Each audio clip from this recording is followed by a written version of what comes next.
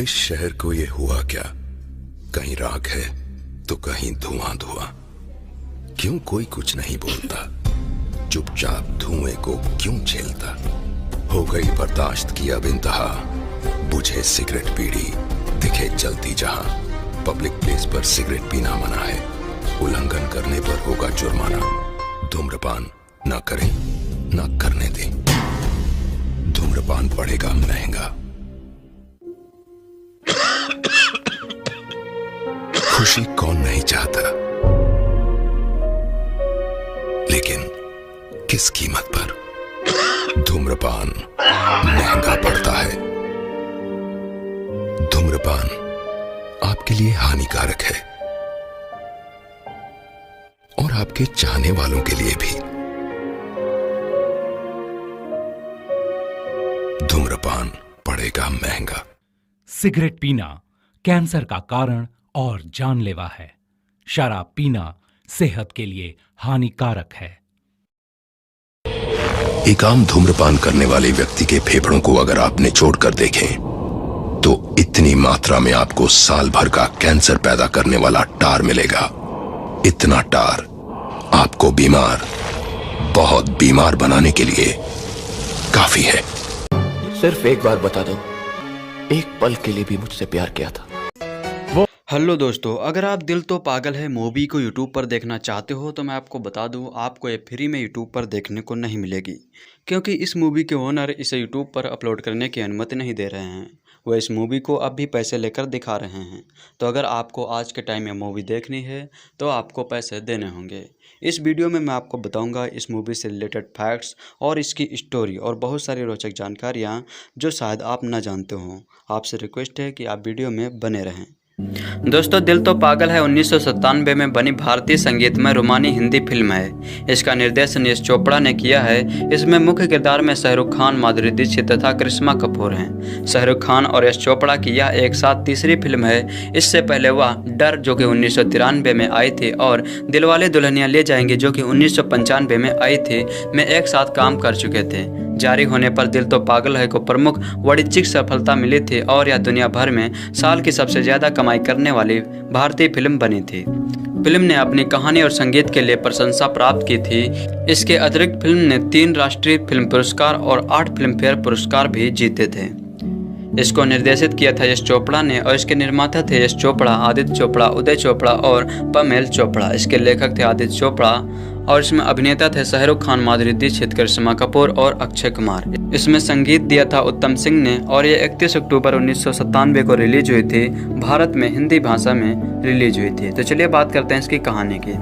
राहुल यानी शाहरुख खान और निशा यानी करिश्मा कपूर एक नाचने वाले मंडल के सदस्य हैं। वो दोनों अच्छे दोस्त हैं। निशा मन ही मन राहुल से प्यार करती है। एक प्रतियोगिता के लिए अभ्यास करते समय निशा को चोट लग जाती है और वह अस्पताल में भर्ती हो जाती है। राहुल ने माया नामक एक नाटक का निर्देशित करने की अपनी इच्छा की घोषणा की। निशा समेत मंडल के सदस्यों को शीर्षक चरित्र माया के बारे में संदेह है, जो राहुल के अनुसार ऐसी लड़की है जो सच्चे प्यार में विश्वास करती है और अपने सपने के राजकुमार के लिए इंतजार कर रही है। इस बीच पूजा यानी माधुरी दीक्षित दिखाई जाती है, जो बहुत अच्छी नर्तक और शास्त्रीय नृत्य में प्रशिक्षित हैं। एक छोटी उम्र में अनाथ होने के कारण उसे अपने माता पिता के करीबी दोस्तों द्वारा पाला गया है। पूजा और राहुल एक दूसरे से कई बार टकराते हैं। नाटक के रिहर्सल के दौरान निशा का पैर घायल हो जाता है और डॉक्टर ने कहा कि वह कुछ महीनों तक नृत्य नहीं कर सकती। नाटक के मुख्य भूमिका निभाने के लिए राहुल को एक नई महिला की जरूरत है। वह एक दिन पूजा को नृत्य करते देखता है और मानता है कि वह भूमिका के लिए बिल्कुल सही है। वह उसे अपने रिहर्सल में आने के लिए विनती करता है और वह मान जाती है। राहुल और पूजा करीबी दोस्त बन जाते हैं। अपने पालक परिवार द्वारा दबाव डालने पर पूजा जल्द ही अपने अभिभावक के बेटे अजय यानी अक्षय कुमार द्वारा जर्मनी में ले जाई जाती है। वह उसे बचपन का सबसे अच्छा दोस्त है जो लंदन में महीनों से रह रहा है। जैसे ही अजय इंग्लैंड जाने वाला होता है, वह पूजा से प्यार का इजहार करता है। इस दुविधा में वह उसे स्वीकार करती है। निशा जल्द ही अस्पताल से लौट आती है और परेशान है कि उसे नाटक के पात्र से निकाल दिया गया है। यह पता लगने पर कि राहुल पूजा से प्यार करता है, वह बहुत ईर्ष्यापूर्ण हो जाते हैं। यह जानकर कि राहुल उसके प्यार को नहीं समझता, वह लंदन जाने का फैसला करती है। पूरे अभ्यास में राहुल और पूजा खुद को एक दूसरे के प्यार में पाते हैं। अगले दिन दोनों पूजा के पुराने नृत्य शिक्षक से मिलने जाते हैं, जिसे पूजा ताई यानी अरोड़ा ईरानी के रूप में संबोधित करती है। वह जान जाते हैं कि दोनों प्यार में स्पष्ट रूप से हैं। नृत्य मंडल के 2 सदस्यों की शादी में राहुल और पूजा एक अंतरंग क्षण साझा करते हैं, लेकिन सुनिश्चित नहीं कर पाते कि अपने प्यार को पूरी तरह व्यक्त कैसे किया जाए। नाटक के होने से कुछ दिन पहले अजय पूजा को आश्चर्यचकित करने के लिए रिहर्सल हॉल में पहुंचा। हर किसी को यह बताते हुए कि यह उसका मंगेतर है। राहुल का दिल टूट जाता है, लेकिन वह इसे छिपाने की कोशिश करता है।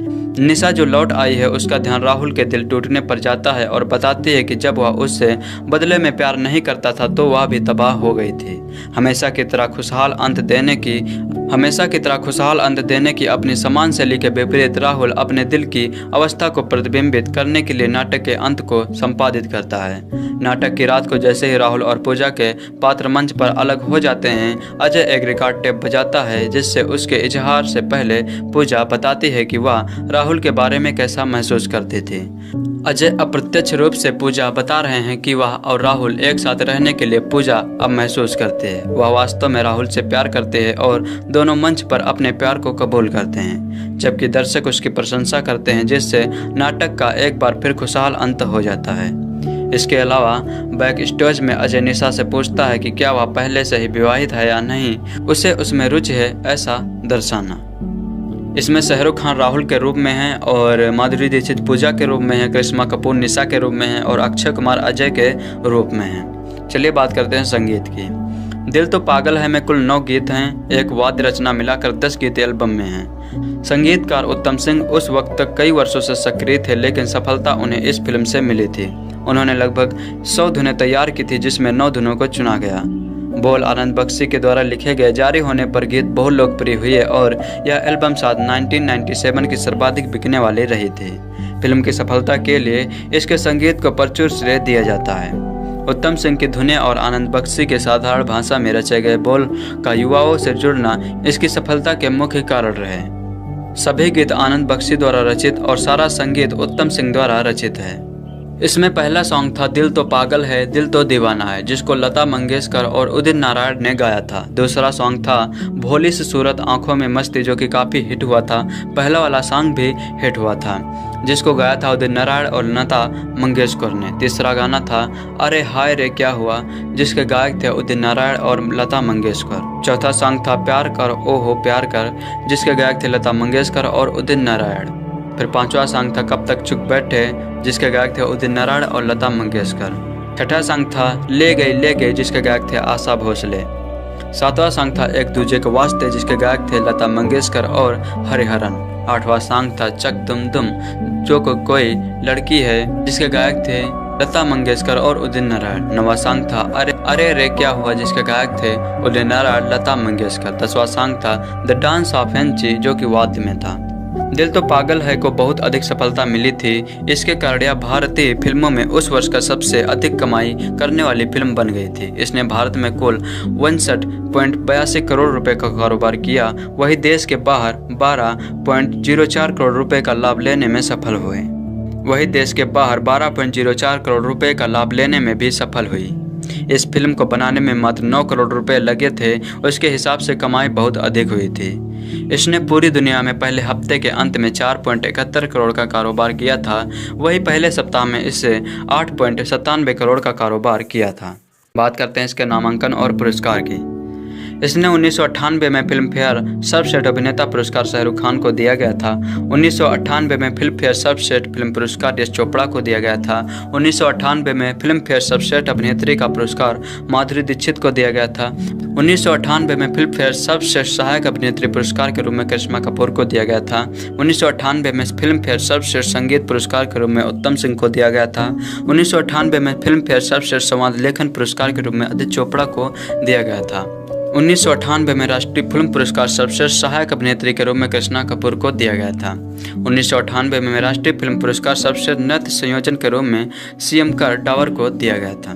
दोस्तों, दिल तो पागल है 1997 में बनी भारतीय संगीतमय रोमानी हिंदी फिल्म है। इसका निर्देशन यश चोपड़ा ने किया है। इसमें मुख्य किरदार में शाहरुख खान, माधुरी दीक्षित तथा करिश्मा कपूर हैं। शाहरुख खान और यश चोपड़ा की यह एक साथ तीसरी फिल्म है। इससे पहले वह डर जो कि 1993 में आई थी और दिलवाले दुल्हनिया ले जाएंगे जो कि 1995 में आई थी, में एक साथ काम कर चुके थे। जारी होने पर दिल तो पागल है को प्रमुख वाणिज्यिक सफलता मिली थी और यह दुनिया भर में साल की सबसे ज्यादा कमाई करने वाली भारतीय फिल्म बनी थी।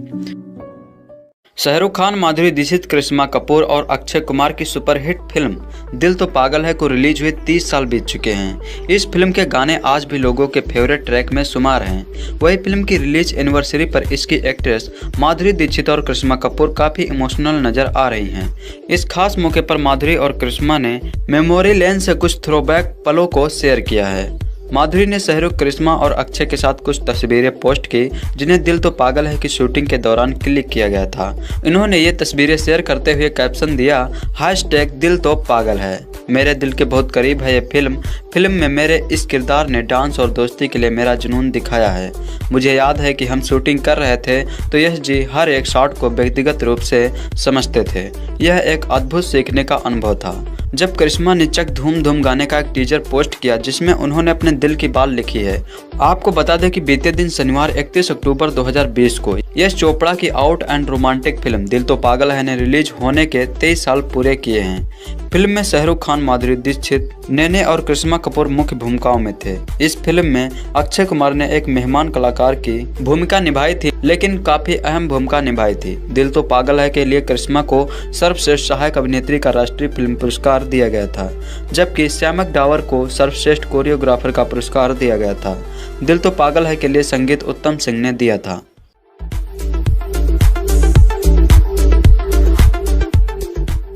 दोस्तों, आज हम बात करेंगे दिल से मूवी के बारे में, तो चलिए शुरू करते हैं।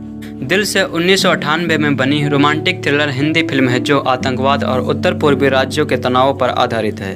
फिल्म का निर्देशन मणिरत्नम ने किया है। वही निर्माता राम गोपाल वर्मा तथा शेखर कपूर ने योगदान किया है।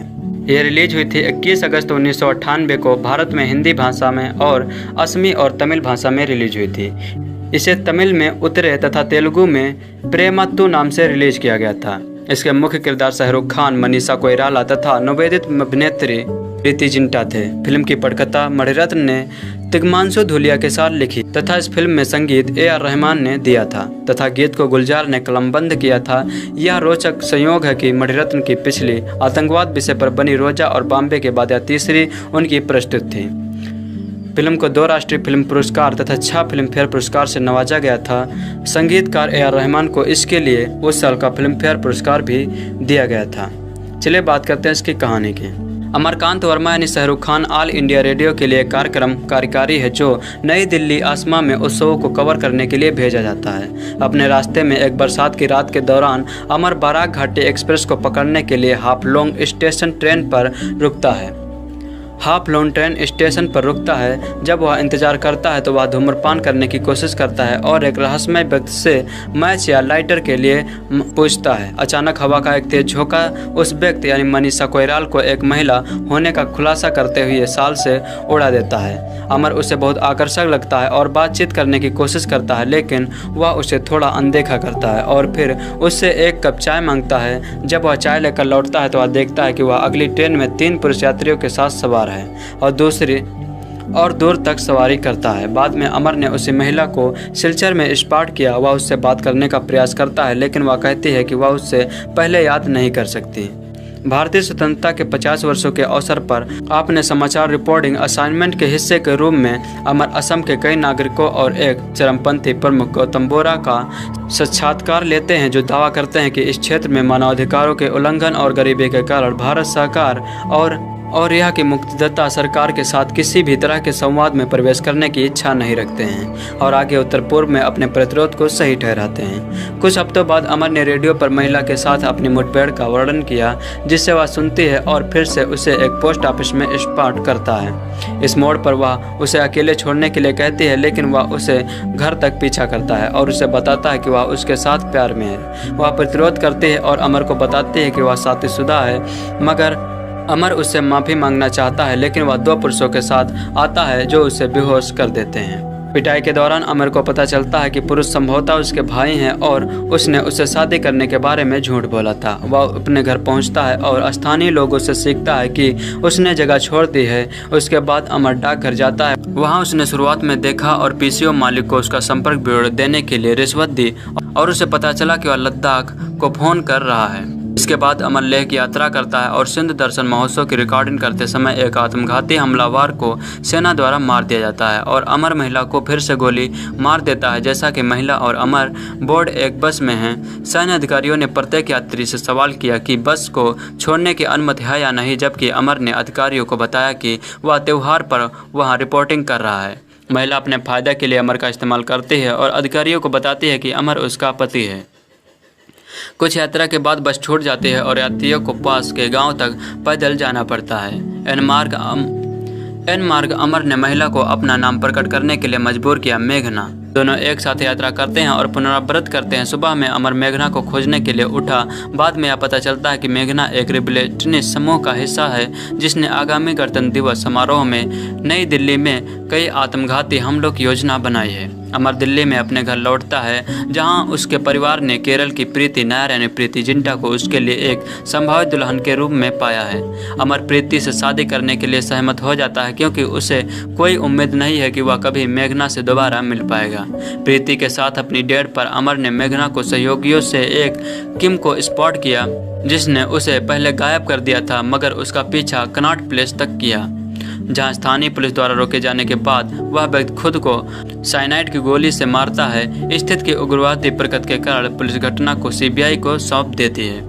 अमर के लिए बहुत आश्चर्य की बात है, मेघना दिल्ली में दिखाई देती है और अमर से आलिया के रेडियो ऑफिस में ऑफिस असिस्टेंट की नौकरी पाने में मदद करने के लिए कहती है। बाद में यह पता चलता है कि मेघना वास्तव में अपने आतंकवादी समूह के साथ दिल्ली पहुंचती है और सीबीआई जांच अभियान से बचने के लिए अमर के आवास में रहती है। कनॉट प्लेस की घटना के प्रत्यक्षदर्शी के दावों के आधार पर अमर अब सीबीआई पीयूष मिश्रा का एक प्रमुख संदिग्ध है। इस मोड़ पर अमर मेघना का पीछा करता है और उसके इरादों पर सवाल करता है और वह अमर को बताती है कि उसका नाम वास्तव में मोइना है और एक बच्चे के रूप में वह सेना की बलात्कार पीड़ित थी और भारतीय सेना और उसके आत्मघाती हमले मध्यम से मुक्ति चाहती है।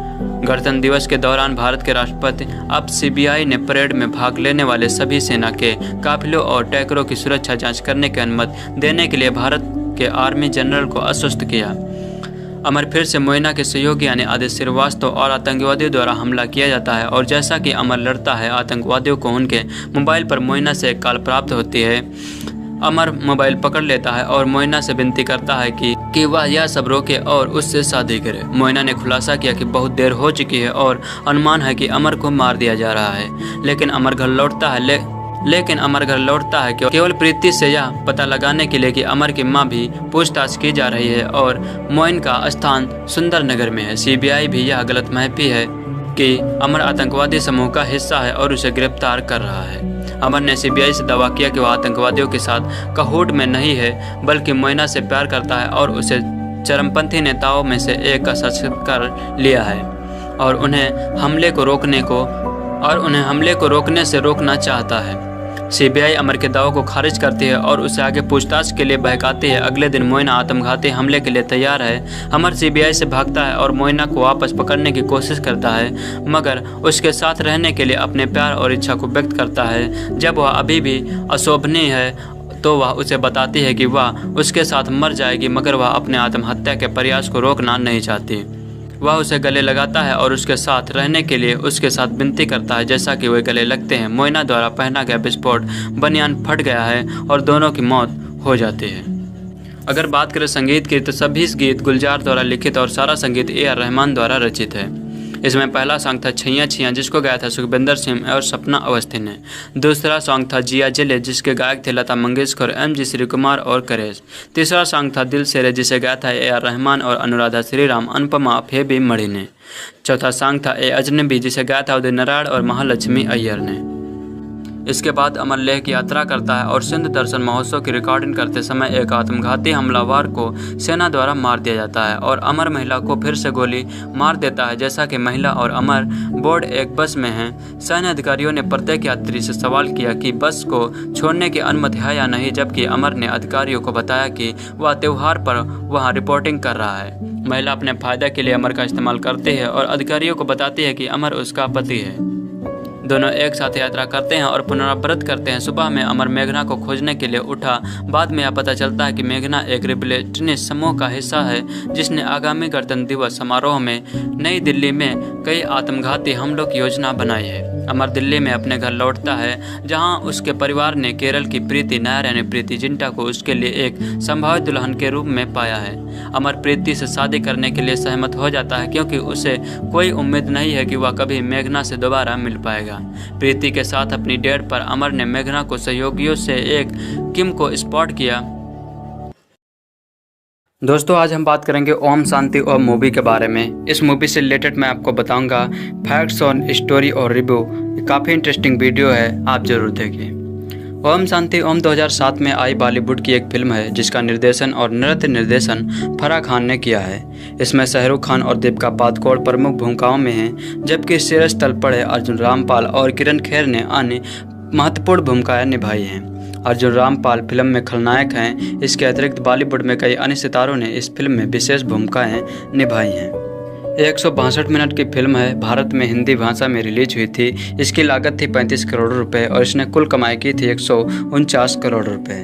ओम प्रकाश मखीजा यानी शाहरुख खान 1970 के दशक में मुंबई फिल्म उद्योग में एक जूनियर कलाकार हैं। वह और उसका मित्र पप्पू यानी शीरज तलपड़े प्रमुख कलाकार बनने के लिए संघर्ष कर रहे हैं। ओम की मां बेला मखीजा यानी किरण खेर अपने बेटे को प्रोत्साहित करती रहती हैं। ओम के दिल की धड़कन है जिसकी सर्वाधिक लोकप्रिय फिल्म नायिका शांतिप्रिया यानी दीपिका पादुकोण। ओम प्रकाश को शांतिप्रिया के निकट जाने के 2 अवसर मिलते हैं। पहला फिल्म ड्रीम गर्ल के प्रीमियर पर जहां ओम और पप्पू चालाकी से घुस जाते हैं। दूसरा फिल्म के सेट पर जहां ओम अपनी जान पर खेलकर शांति को आग से बचाता है। तब से ओम और शांति अच्छे दोस्त बन जाते हैं। एक दिन ओम शीर्ष निर्माता मुकेश मेहरा यानी अर्जुन रामपाल के साथ हो रहे शांति के विवाद को सुन लेता है। ओम को यह जानकर झटका लगता है कि शांति मुकेश से गुपचुप शादी कर चुकी है और गर्भवती है। मुकेश अड़ा है कि शांति के साथ अपने संबंधों को तब तक गुप्त रखेगा जब तक उन दोनों की नई फिल्म ओम शांति ओम पूरी नहीं हो जाती। शांति को यह शक है कि मुकेश एक धनी व्यवसायी की बेटी से विवाह की योजना बना रहा है। वह मुकेश से अपने अधिकारों की मांग करती है। सब सुनकर ओम का दिल टूट जाता है। एक रात मुकेश शांति को ओम शांति ओम फिल्म के सेट पर ले जाता है। कहता है कि वह फिल्म को बंद कर देगा और सारे समाज के सामने शांति से विवाह कर लेगा। किंतु यह मुकेश की एक चाल निकलती है। वह शांति को अपनी वित्तीय हानि का कारण समझता है, इसलिए वह सेट को आग लगाकर शांति को वहां मरने के लिए छोड़ देता है। ओम शांति को बचाने का प्रयास करता है पर मुकेश के गार्ड उसे ऐसा करने नहीं देते हैं। विस्फोट के कारण ओम वहां से दूर गिरता है और एक कार के नीचे आ जाता है। उस कार का मालिक राजेश कपूर यानी जावेद शेख एक प्रसिद्ध अभिनेता है जो अपनी गर्भवती पत्नी लवली यानी असावरी जोशी को प्रसव के लिए अस्पताल ले जा रहा है। राजेश ओम को भी अस्पताल ले जाता है लेकिन ओम की मृत्यु हो जाती है। कुछ पलों के बाद यह पता चलता है कि राजेश कपूर के बेटे का जन्म हुआ है।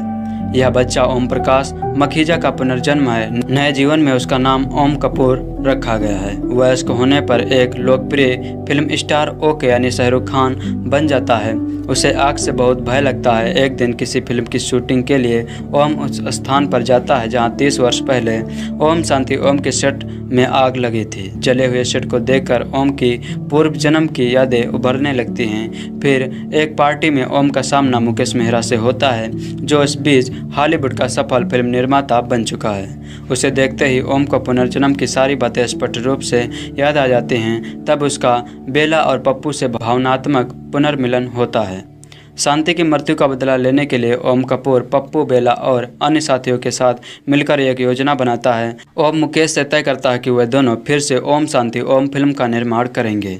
फिर ओम और उसके सहायक शांतिप्रिया की हमशक्ल की तलाश करते हैं। उन्हें संध्या या सैंडी नाम की युवती यानी दीपिका पादुकोण मिलती है जो देखने में शांतिप्रिया के समान और ओके की दीवानी है। और फिर उनकी योजना शुरू होती है। ओम मुकेश के साथ खेल खेलता है। सैंडी शांति के रूप में मुकेश के सामने बार बार आती है। मुकेश सोचता है कि वह शांति की आत्मा है और भयभीत रहने लगता है। लेकिन फिर एक दिन मुकेश जान जाता है कि वह युवती कोई और नहीं शांति है। वह सतर्क हो जाता है। अंत में सेट पर ओम और मुकेश में हाथापाई होती है। ओम कहता है कि वह पूर्व जन्म के मुकेश द्वारा शांति की हत्या का गवाह था। मुकेश उसे चुनौती देता है कि पूर्व जन्म की बात पर कोई भी अदालत विश्वास नहीं करेगी। तभी शांति के भेष में एक युवती, जिसे वे दोनों सैंडी समझते हैं, वह आकर कहती है कि सेट पर लगे झूमर के ठीक नीचे हत्या का सबूत दबा हुआ है। उसका शरीर, जिसे मुकेश ने जीवित ही भूमि में नीचे दफना दिया था। वह ओम को मुकेश पर वार करने से रोक देती है। भारी भरकम झूमर नीचे गिरता है और मुकेश उसमें दब जाता है। दूसरी ओर से पप्पू के साथ सैंडी कमरे में आ जाते हैं। तब ओम को समझ आता है कि सबूत की बात बताने वाली सैंडी नहीं, असली शांति प्रिया की आत्मा थी, जिसने अपने हत्यारे से बदला ले लिया है। शांति की आत्मा ओम को करुण दृष्टि से देखकर मुस्कुराती है और ओझल हो जाती है। तो चलिए बात करते हैं संगीत की। इसमें पहला गाना था अजब सी, जिसके गायक के थे। दूसरा गाना था दर्द डिस्को, जिसके गायक थे सुखविंदर सिंह, कैरालिसा मोंटरे और निशा मरिन ने। तीसरा गाना था दीवानगी दीवानगी, जिसके गायक थे शान, उदित नारायण, श्रेया घोषाल, सुनिधि चौहान और राहुल सक्सेना। चौथा सॉन्ग था मैं अगर कहूँ, जिसके गायक थे सोनू निगम, श्रेया घोषाल। और पांचवा गाना था जग सोना सोना लागे, जिसके गायक थे राहत फतेह अली खान और ऋचा शर्मा। छठा गाना था धूम ताना, जिसके गायक थे अभिजीत भट्टाचार्य और श्रेया घोषाल। सातवां गाना था दास्ता ए ओम शांति ओम, जिसके गायक थे शान। आठवां गाना था दर्द डिस्को, जो कि रिमिक्स में था, जिसके गायक थे सुखविंदर सिंह, कैरालिसा मेंटोरे, निशा मरिन ने। नवा गाना था दीवानगी दीवानगी, जो कि रेनबो मिक्स में था, जिसके गायक थे शान, उदित नारायण, श्रेया घोषाल, सुनिधि चौहान, राहुल सक्सेना। 10वां गाना था ओम शांति ओम, जो कि मेडले मिक्स था, जिसके गायक थे सुखविंदर सिंह, कैरालिसा मेंटरो, निशा मरिन ने, शान, उदित नारायण, श्रेया घोषाल, सुनिधि चौहान, राहुल सक्सेना, अभिजीत भट्टाचार्य। 11वां गाना था दास्ता ए ओम शांति ओम, जो कि डार्क मिक्स में था, जिसके गायक थे शान। 12वां गाना था ओम शांति ओम, जो कि इंस्ट्रूमेंटल में था। इस तरह कुल जो साउंड ट्रैक था वो था 61 मिनट 18 सेकंड का। तो चलिए बात करते हैं इसकी कमाई की। इसने ऑस्ट्रेलिया में $3,78,000 की कमाई की थी। बेल्जियम और लक्सबर्ग से $26,000 की कमाई की थी और भारत से इसने $27 लाख की कमाई की थी। मलेशिया से $95,000 की कमाई की थी। न्यूजीलैंड से $1,13,000 की कमाई की थी। सिंगापुर से $2,20,000 की कमाई की थी। यूनाइटेड किंगडम में $26 लाख की कमाई की थी। संयुक्त राज्य अमेरिका में इसने $35 लाख की कमाई की थी। इसी तरह इसकी कुल कमाई हुई थी $39,53,000। तो चलिए बात करते हैं इसके नामांकन और पुरस्कार की। फिल्म फेयर अवार्ड सर्वश्रेष्ठ पर्दापड़ अभिनेत्री के रूप में दीपिका पादुकोण को दिया गया था और फिल्म फेयर अवार्ड सर्वश्रेष्ठ विशेष प्रभाव के रूप में रेड चिलीज VFX को दिया गया था। स्टार स्क्रीन पुरस्कार के रूप में नौतुंग सर्वश्रेष्ठ महिला दीपिका पादुकोण को दिया गया था और सर्वश्रेष्ठ नृत्य के रूप में फराह खान को दिया गया था। फिर स्टार डस्ट पुरस्कार के रूप में ड्रीम निर्देशन स्टार डस्ट पुरस्कार फराह खान को दिया गया था। एक नकारात्मक भूमिका में सर्वश्रेष्ठ अभिनेता अर्जुन रामपाल को पुरस्कार दिया गया था। फिर स्टारडस्ट पुरस्कार कमाल का प्रदर्शन पुरुष श्रेया तलपड़े को दिया गया था। फिर जिसने अवार्ड एक नकारात्मक भूमिका में सर्वश्रेष्ठ अभिनेता अर्जुन रामपाल को दिया गया था, सर्वश्रेष्ठ पहली महिला दीपिका पादुकोण को दिया गया था और सर्वश्रेष्ठ नृत्य के रूप में फराह खान को दिया गया था। सर्वश्रेष्ठ पोशाक मनीष मल्होत्रा, करण जौहर और संजीव मूलचंदनी को दिया गया था। सर्वश्रेष्ठ दृश्य का प्रभाव के लिए रेड चिलीज VFX को दिया गया था। फिर IIFA पुरस्कार सर्वश्रेष्ठ विशेष प्रभाव के रूप में रेड चिलीज एंटरटेनमेंट को दिया गया था और सर्वश्रेष्ठ निर्देशन कला के रूप में साबू सीरियल को दिया गया था। बेस्ट ड्रेस डिजाइन के रूप में मनीष मल्होत्रा, करण जौहर और संजीव मूलचंदानी को दिया गया था। सर्वश्रेष्ठ पर्दापड़ महिला के रूप में दीपिका पादुकोण को दिया गया था।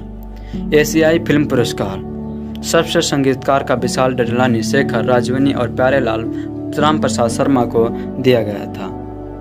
फिर जर्मन सार्वजनिक बॉलीवुड पुरस्कार सर्वश्रेष्ठ फिल्म ओम शांति ओम और सर्वश्रेष्ठ निर्देशक के रूप में फराह खान, सर्वश्रेष्ठ सहायक अभिनेता के रूप में अर्जुन रामपाल, सर्वश्रेष्ठ संगीत के रूप में विशाल डडलानी, विशाल शेखर और सर्वश्रेष्ठ संवाद के रूप में मयूरपुरी, सर्वश्रेष्ठ पहली महिला के रूप में दीपिका पादुकोण, सर्वश्रेष्ठ गायक के रूप में जो कि पुरुष में वो थे सोनू निगम, गाना था अगर मैं कहूँ, सर्वश्रेष्ठ नृत्य के रूप में फराह खान धूमताना के लिए और सर्वश्रेष्ठ छायांकन के लिए वी मणिकंदन को और सर्वश्रेष्ठ संपादन के रूप में शिरीष कुंदर और सर्वश्रेष्ठ विशेष प्रभाव के रूप में रेड चिली BFX और सर्वश्रेष्ठ निर्देशन कला के रूप में साबू सीरियल, सर्वश्रेष्ठ प्रशासक के रूप में मनीष मल्होत्रा और करण जौहर को।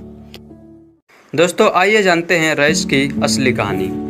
फिल्म रईस एक आदमी जिसका नाम रईस आलम था की जिंदगी पर से प्रेरित होकर बनाई गई है। फिल्म 80 और 90 के दशक के गुजरात पर बनी है। यह रईस के रिश्ते और तेजी से आगे बढ़ने की कहानी है, जिसमें वह खाली हाथ आने के बाद एक साम्राज्य खड़ा कर देता है। उसका ओहदा पूरे राज्य में सबसे अधिक ताकतवर आदमी का हो जाता है।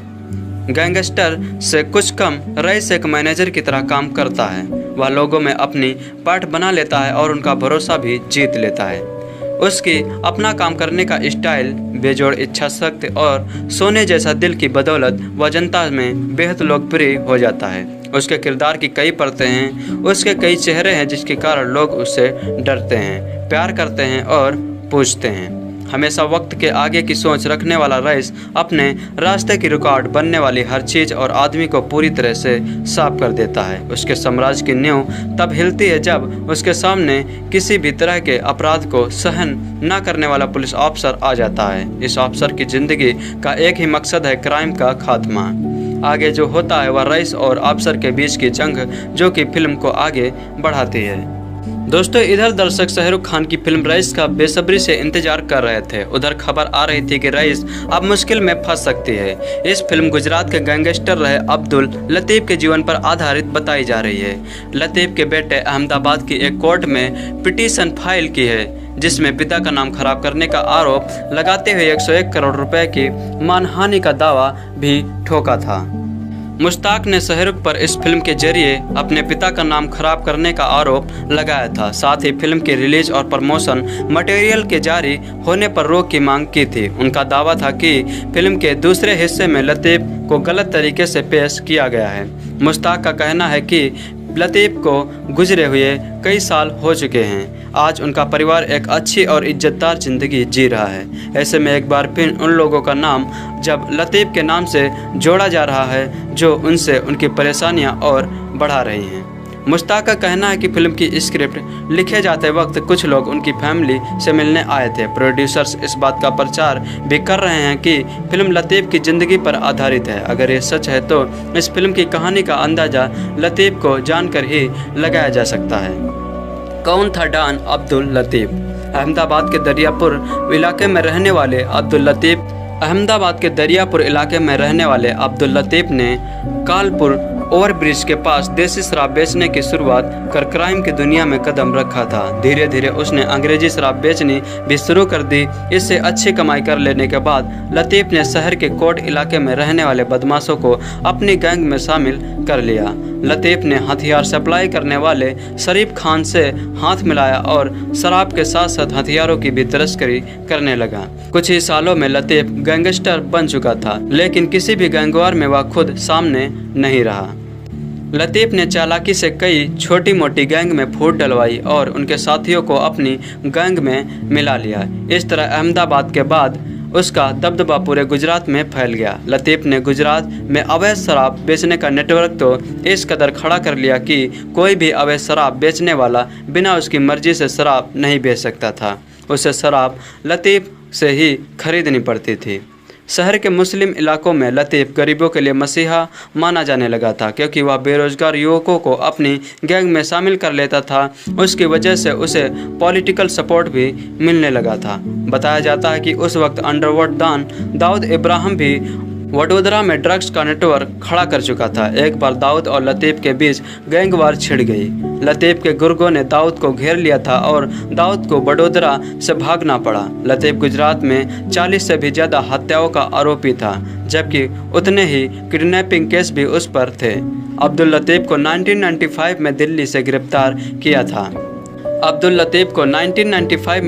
गिरफ्तार किया था। जिसके बाद उसे साबरमती जेल अहमदाबाद में रखा गया, पर जेल से भी लतीफ़ का कारोबार चलता रहा। गुजरात के पहले और आखिरी अंडरवर्ल्ड डॉन अब्दुल लतीफ़ शेख की ताकत का अंदाजा इसी बात से लगाया जा सकता है कि 1986 में अहमदाबाद महानगर पालिका चुनाव में लतीफ़ एक साथ 5 सीटों पर भारी बहुमत से जीता था, और वो भी साबरमती सेंट्रल जेल में बैठे बैठे। नवंबर 1997 में अब्दुल लतीफ़ को गुजरात पुलिस ने एक एनकाउंटर में मार गिराया। उस वक्त वह भागने की फिराक में था। लतीफ़ को ख़त्म होने के साथ ही गुजरात में उसका पूरा नेटवर्क भी ख़त्म हो गया। आइए जानते हैं अब्दुल लतीफ़ के बारे में कुछ बातें जो आपको नहीं पता होंगी। 1951 में जन्मे अब्दुल लतीफ़ ने शुरुआती दौर में गुजरात के अहमदाबाद के एक जुए और शराब के ठेके पर 30 रुपये महीने की नौकरी की थी। उस समय गुजरात में शराबबंदी लागू थी। इसी के चलते लतीफ़ को तस्करी के धंधे में पैसा दिखने लगा और वो इस कारोबार में घुस गए। एक पुलिस अफसर ने बताया, उन दिनों लतीफ़ पागलों की तरह पैसे छाप रहा था। वो स्थानीय पुलिस वालों को हफ्ता और महंगे गिफ्ट देता था। कांस्टेबल से इंस्पेक्टर तक उससे गिफ्ट लेते थे। पुलिस वालों को सबक सिखाने के लिए लतीफ़ ने नेताओं से संपर्क बढ़ाना शुरू कर दिया। उसने राजनीतिक दलों को चंदा देना शुरू कर दिया। 1980 के दशक में अहमदाबाद में कई बार दंगे हुए। लतीफ़ ने उस समय दंगा पीड़ितों की बड़ी मदद की। गरीबों और पीड़ितों की मदद करके लतीफ़ ने अहमदाबाद में रॉबिन हुड जैसी छवि बना ली। शराब माफिया और गैंगस्टर अब्दुल लतीफ़ ने 1986-87 में अहमदाबाद नगरपालिका चुनाव में 5 सीटों पर एक साथ जीत हासिल की थी। गुजरात में कई हत्याओं में लतीफ़ का नाम सामने आया, जिसके बाद लतीफ़ 1992 में दुबई के रास्ते पाकिस्तान भाग गया था। 1995 में गुजरात एंटी टेररिज्म स्क्वाड में लतीफ़ को पुरानी दिल्ली के एक पीसीओ बूथ से गिरफ्तार किया गया। लतीफ़ करीब 2 साल तक साबरमती जेल में रहा। पुलिस के अनुसार नवंबर 1997 में लतीफ़ के भागने की कोशिश और पुलिस मुठभेड़ में मारा गया।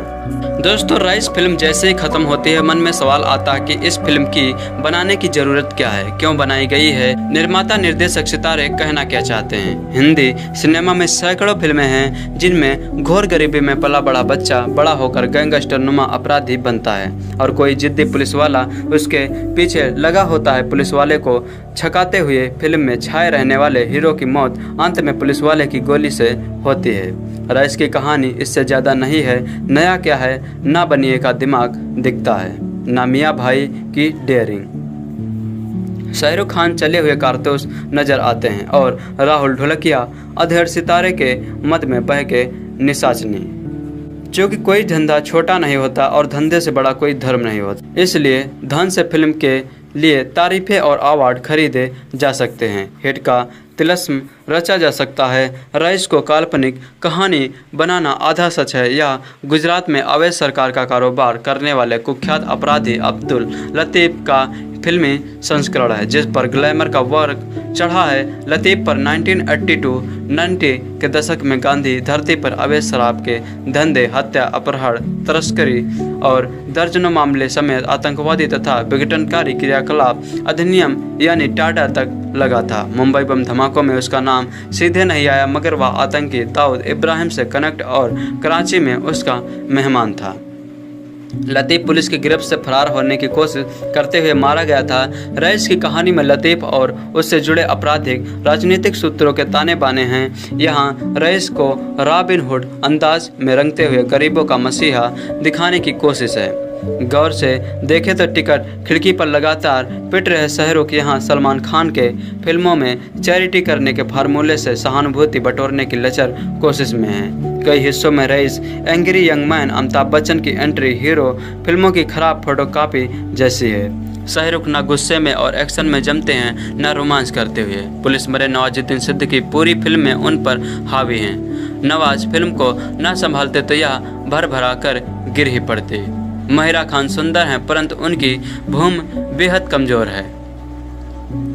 महिरा खान सुंदर है परंतु उनकी भूमिका बेहद कमज़ोर है। गीत संगीत औसत है। बैकग्राउंड म्यूजिक जरूर 1980 के दशक की यादें ताज़ा करता है। सनी लियोनी का एटम सॉन्ग लैला जिस मोड़ पर आता है वहाँ रईस की परिस्थितियाँ इतनी तनाव भरी हैं कि यह असर नहीं छोड़ पाता। अगर आप इतने रईस हैं कि ऐसी बासी निरर्थक फिल्म पर नोट उड़ा सकते हैं तो इसे देखें, वरना नई कहानियाँ कह रहे आर्थिक सिनेमा का इंतजार करें। फिल्म रईस एक आदमी जिसका नाम रईस आलम था की जिंदगी पर से प्रेरित होकर बनाई गई है। फिल्म 80 और 90 के दशक के गुजरात पर बनी है। यह रईस के रिश्ते और तेजी से आगे बढ़ने की कहानी है, जिसमें वह खाली हाथ आने के बाद एक साम्राज्य खड़ा कर देता है।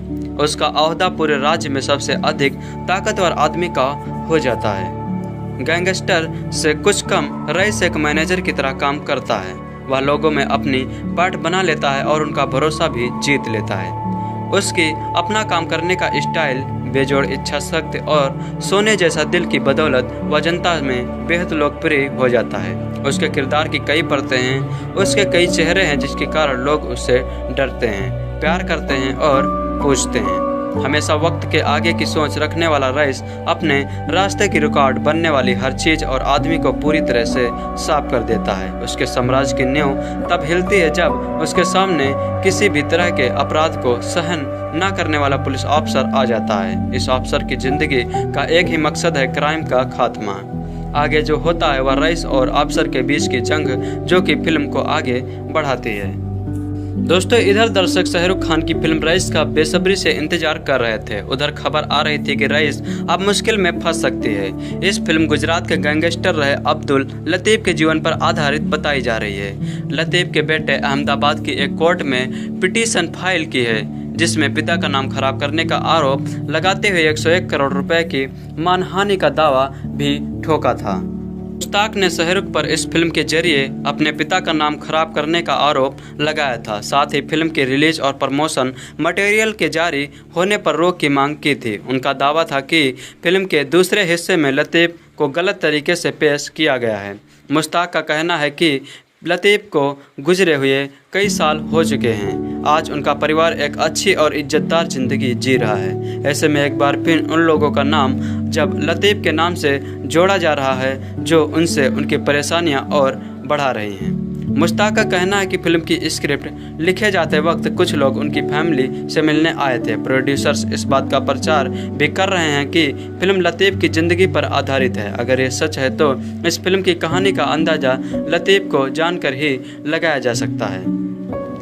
अहमदाबाद के दरियापुर इलाके में रहने वाले अब्दुल लतीफ ने कालपुर ओवरब्रिज के पास देसी शराब बेचने की शुरुआत कर क्राइम की दुनिया में कदम रखा था। धीरे धीरे उसने अंग्रेजी शराब बेचनी भी शुरू कर दी। इससे अच्छी कमाई कर लेने के बाद लतीफ ने शहर के कोट इलाके में रहने वाले बदमाशों को अपनी गैंग में शामिल कर लिया। लतीफ ने हथियार सप्लाई करने वाले शरीफ खान से हाथ मिलाया और शराब के साथ साथ हथियारों की भी तस्करी करने लगा। कुछ ही सालों में लतीफ गैंगस्टर बन चुका था। लतीफ ने चालाकी से कई छोटी मोटी गैंग में फूट डलवाई और उनके साथियों को अपनी गैंग में मिला लिया। इस तरह अहमदाबाद के बाद उसका दबदबा पूरे गुजरात में फैल गया। लतीफ ने गुजरात में अवैध शराब बेचने का नेटवर्क तो इस कदर खड़ा कर लिया कि कोई भी अवैध शराब बेचने वाला बिना उसकी मर्जी से शराब नहीं बेच सकता था।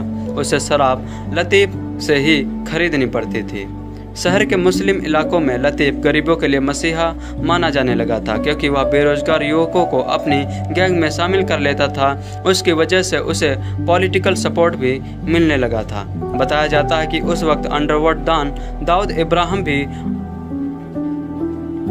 वडोदरा में ड्रग्स का नेटवर्क खड़ा कर चुका था। एक बार दाऊद और लतीफ के बीच गैंग वार छिड़ गई।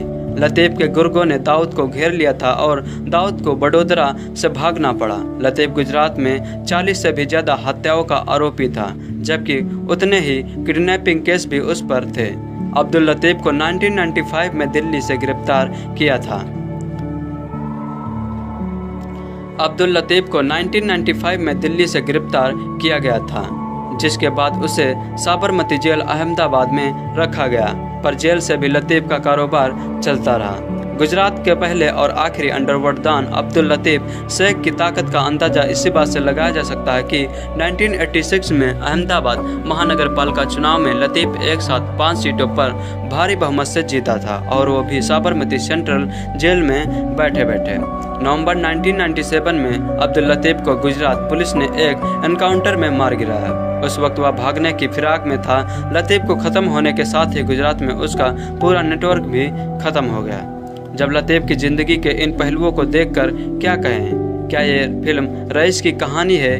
कहानी 1951 में जन्मे अब्दुल लतीफ़ ने शुरुआती दौर में गुजरात के अहमदाबाद के एक जुए और शराब के ठेके पर 30 रुपये महीने की नौकरी की थी। उस समय गुजरात में शराबबंदी लागू थी। इसी के चलते लतीफ़ को तस्करी के धंधे में पैसा दिखने लगा और वो इस कारोबार में घुस गए। एक पुलिस अफसर ने बताया, उन दिनों लतीफ़ पागलों की तरह पैसे छाप रहा था। वो स्थानीय पुलिस वालों को हफ्ता और महंगे गिफ्ट देता था। कांस्टेबल से इंस्पेक्टर तक उससे गिफ्ट लेने वालों में थे। कांस्टेबल से इंस्पेक्टर तक उससे गिफ्ट लेते थे। पुलिस वालों को सबक सिखाने के लिए लतीफ़ ने नेताओं से संपर्क बढ़ाना शुरू कर दिया। उसने राजनीतिक दलों को चंदा देने से शुरू कर दिया।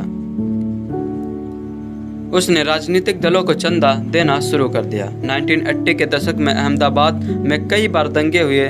लतीफ़ ने उस समय दंगा पीड़ितों की बड़ी मदद की। गरीबों और पीड़ितों की मदद करके लतीफ़ ने अहमदाबाद में रॉबिन हुड जैसी छवि बना ली।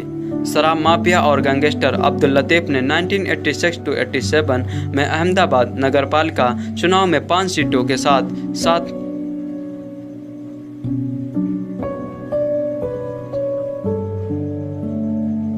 में 5 सीटों पर एक साथ जीत हासिल की थी। गुजरात में कई हत्याओं में लतीफ़ का नाम सामने आया, जिसके बाद लतीफ़ 1992 में दुबई के रास्ते पाकिस्तान भाग गया था। 1995 में गुजरात एंटी टेररिज्म स्क्वाड में लतीफ़ को पुरानी दिल्ली के एक पीसीओ बूथ से गिरफ्तार किया गया। लतीफ़ करीब 2 साल तक साबरमती जेल में रहा। पुलिस के अनुसार नवंबर 1997 में लतीफ़ के भागने की कोशिश और पुलिस मुठभेड़ में मारा गया। अकॉर्डिंग टू आज तक इस फिल्म में शाहरुख खान के 3 तरह के अंदाज में दिखे थे। सबसे पहले वह एक छोटे शहर के लड़के के तौर पर दिखाई दिए थे। इस समय वह काफ़ी स्ट्रगल करते नजर आए थे। इसी दौरान वह शराब की स्मगलिंग में मदद करने वाले लड़कों के तौर पर दिखाई दिए थे, जो गैर कानूनी तरीके से शराब को रखता और बेचता है। कुछ समय यही काम करने के बाद वो इससे परेशान होकर अपना बिजनेस शुरू करने की परियोजनाएं बनाता है। इसके बाद फिल्म में वह दूसरी तरह के अंदाज में दिखाई दिए थे। इसमें स्मगलिंग और शराब का अपना बिजनेस करते दिखाई दिए थे। वह कई सारे कंपटीशन से भिड़े थे और इस फेज में आपको खूब सारा एक्शन और ड्रामा दिखाई दिया था। इसी में वह रईस नाम के बड़े डॉन बनते दिखेंगे और माहिर लोढ़ा लहसुन सारा कट करना। निर्माता निर्देशक सितारे कहना क्या चाहते हैं। हिंदी सिनेमा में सैकड़ों फिल्में हैं जिनमें घोर गरीबी में पला बड़ा बच्चा बड़ा होकर गैंगस्टर नुमा अपराधी बनता है और कोई जिद्दी पुलिस वाला उसके पीछे लगा होता है। पुलिस वाले को छकाते हुए फिल्म में छाए रहने वाले हीरो की मौत अंत में पुलिस वाले की गोली से होती है। रईस की कहानी इससे ज़्यादा नहीं है। नया क्या है, ना बनिए का दिमाग दिखता है, ना मियाँ भाई की डेयरिंग। शाहरुख खान चले हुए कारतूस नजर आते हैं और राहुल ढोलकिया अधेड़ सितारे के मद में बह के निशाचनी। जो कि कोई धंधा छोटा नहीं होता और धंधे से बड़ा कोई धर्म नहीं होता। इसलिए धन से फिल्म के लिए तारीफें और अवार्ड खरीदे जा सकते हैं। हिट का तिलस्म रचा जा सकता है। रईस को काल्पनिक कहानी बनाना आधा सच है। यह गुजरात में अवैध सरकार का कारोबार करने वाले कुख्यात अपराधी अब्दुल लतीफ़ का फिल्मी संस्करण है, जिस पर ग्लैमर का वर्ग चढ़ा है। लतीफ़ पर 1980 के दशक में गांधी धरती पर अवैध शराब के धंधे, हत्या, अपहरण, तस्करी और दर्जनों मामले समेत आतंकवादी तथा विघटनकारी क्रियाकलाप अधिनियम यानी टाडा तक लगा था। मुंबई बम धमाकों में उसका नाम सीधे नहीं आया, मगर वह आतंकी दाऊद इब्राहिम से कनेक्ट और कराची में उसका मेहमान था। लतीफ़ पुलिस की गिरफ्त से फरार होने की कोशिश करते हुए मारा गया था। रईस की कहानी में लतीफ़ और उससे जुड़े आपराधिक राजनीतिक सूत्रों के ताने बाने हैं। यहाँ रईस को रॉबिन हुड अंदाज में रंगते हुए गरीबों का मसीहा दिखाने की कोशिश है।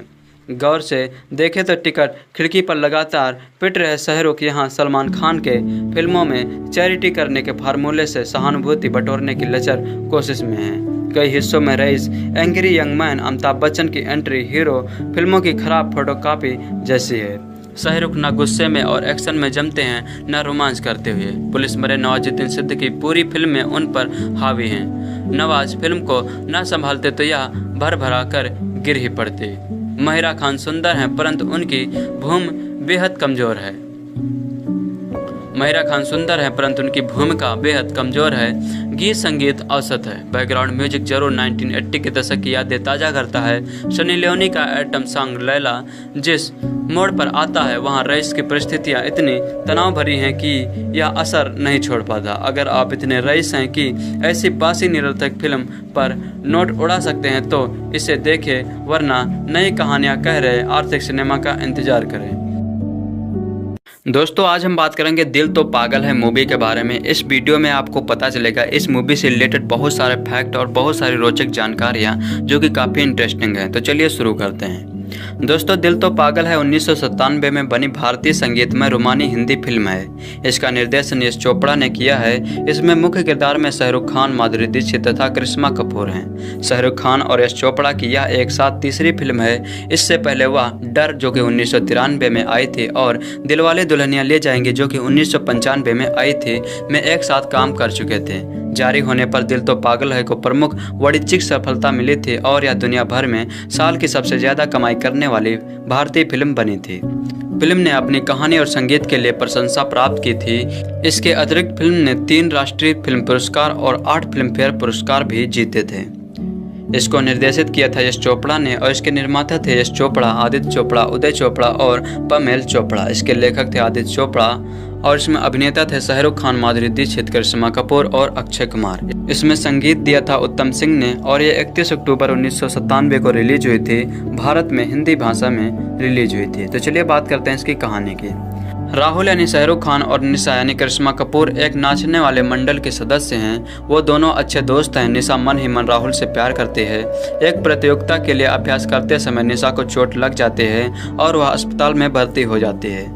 राहुल ने माया नामक एक नाटक का निर्देशित करने की अपनी इच्छा की घोषणा की। निशा समेत मंडल के सदस्यों को शीर्षक चरित्र माया के बारे में संदेह है, जो राहुल के अनुसार ऐसी लड़की है जो सच्चे प्यार में विश्वास करती है और अपने सपने के राजकुमार के लिए इंतजार कर रही है। इस बीच पूजा यानी माधुरी दीक्षित दिखाई जाती है जो बहुत अच्छी नर्तक और शास्त्रीय नृत्य में प्रशिक्षित हैं। एक छोटी उम्र में अनाथ होने के कारण उसे अपने माता पिता के करीबी दोस्तों द्वारा पाला गया है। पूजा और राहुल एक दूसरे से कई बार टकराते हैं। नाटक के रिहर्सल के दौरान निशा का पैर घायल हो जाता है और डॉक्टर ने कहा कि वह कुछ महीनों तक नृत्य नहीं कर सकती। नाटक के मुख्य भूमिका निभाने के लिए राहुल को एक नई महिला की जरूरत है। वह एक दिन पूजा को नृत्य करते देखता है और मानता है कि वह भूमिका के लिए बिल्कुल सही है। वह उसे अपने रिहर्सल में आने के लिए विनती करता है और वह मान जाती है। राहुल और पूजा करीबी दोस्त बन जाते हैं। अपने पालक परिवार द्वारा दबाव डालने पर पूजा जल्द ही अपने अभिभावक के बेटे अजय यानी अक्षय कुमार द्वारा जर्मनी में ले जाई जाती है। वह उसे बचपन का सबसे अच्छा दोस्त है जो लंदन में महीनों से रह रहा है। जैसे ही अजय इंग्लैंड जाने वाला होता है वह पूजा से प्यार का इजहार करता है। इस दुविधा में वह उसे स्वीकार करती है। निशा जल्द ही अस्पताल से लौट आती है और परेशान है कि उसे नाटक के पात्र से निकाल दिया गया है।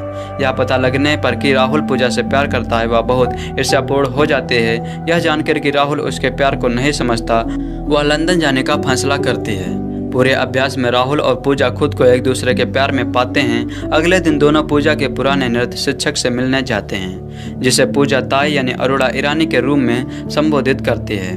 वह जान जाते हैं कि दोनों प्यार में स्पष्ट रूप से हैं। नृत्य मंडल के 2 सदस्यों की शादी में राहुल और पूजा एक अंतरंग क्षण साझा करते हैं, लेकिन सुनिश्चित नहीं कर पाते कि अपने प्यार को पूरी तरह व्यक्त कैसे किया जाए। नाटक के होने से कुछ दिन पहले अजय पूजा को आश्चर्यचकित करने के लिए रिहर्सल हॉल में पहुंचा। हर किसी को यह बताते हुए कि यह उसका मंगेतर है। राहुल का दिल टूट जाता है, लेकिन वह इसे छिपाने की कोशिश करता है। निशा जो लौट आई है उसका ध्यान राहुल के दिल टूटने पर जाता है और बताती है कि जब वह उससे बदले में प्यार नहीं करता था तो वह भी तबाह हो गई थी। हमेशा की तरह खुशहाल अंत देने की अपनी समान शैली के विपरीत राहुल अपने दिल की अवस्था को प्रतिबिंबित करने के लिए नाटक के अंत को संपादित करता है। नाटक की रात को जैसे ही राहुल और पूजा के पात्र मंच पर अलग हो जाते हैं, अजय एक रिकॉर्ड टेप बजाता है जिससे उसके इजहार से पहले पूजा बताती है कि वह राहुल के बारे में कैसा महसूस करती थी।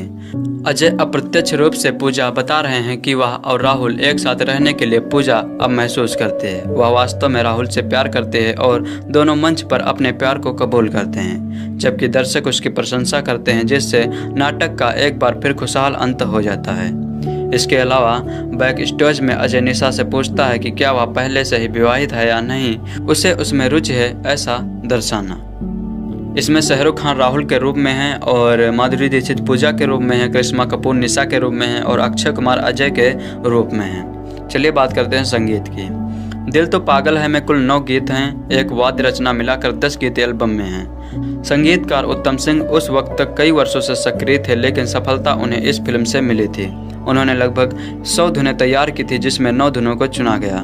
बोल आनंद बख्शी के द्वारा लिखे गए जारी होने पर गीत बहुत लोकप्रिय हुए और यह एल्बम साथ 1997 की सर्वाधिक बिकने वाली रही थी।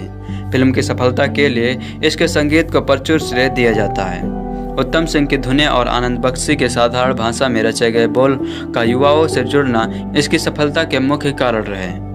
सभी गीत आनंद बख्शी द्वारा रचित और सारा संगीत उत्तम सिंह द्वारा रचित है।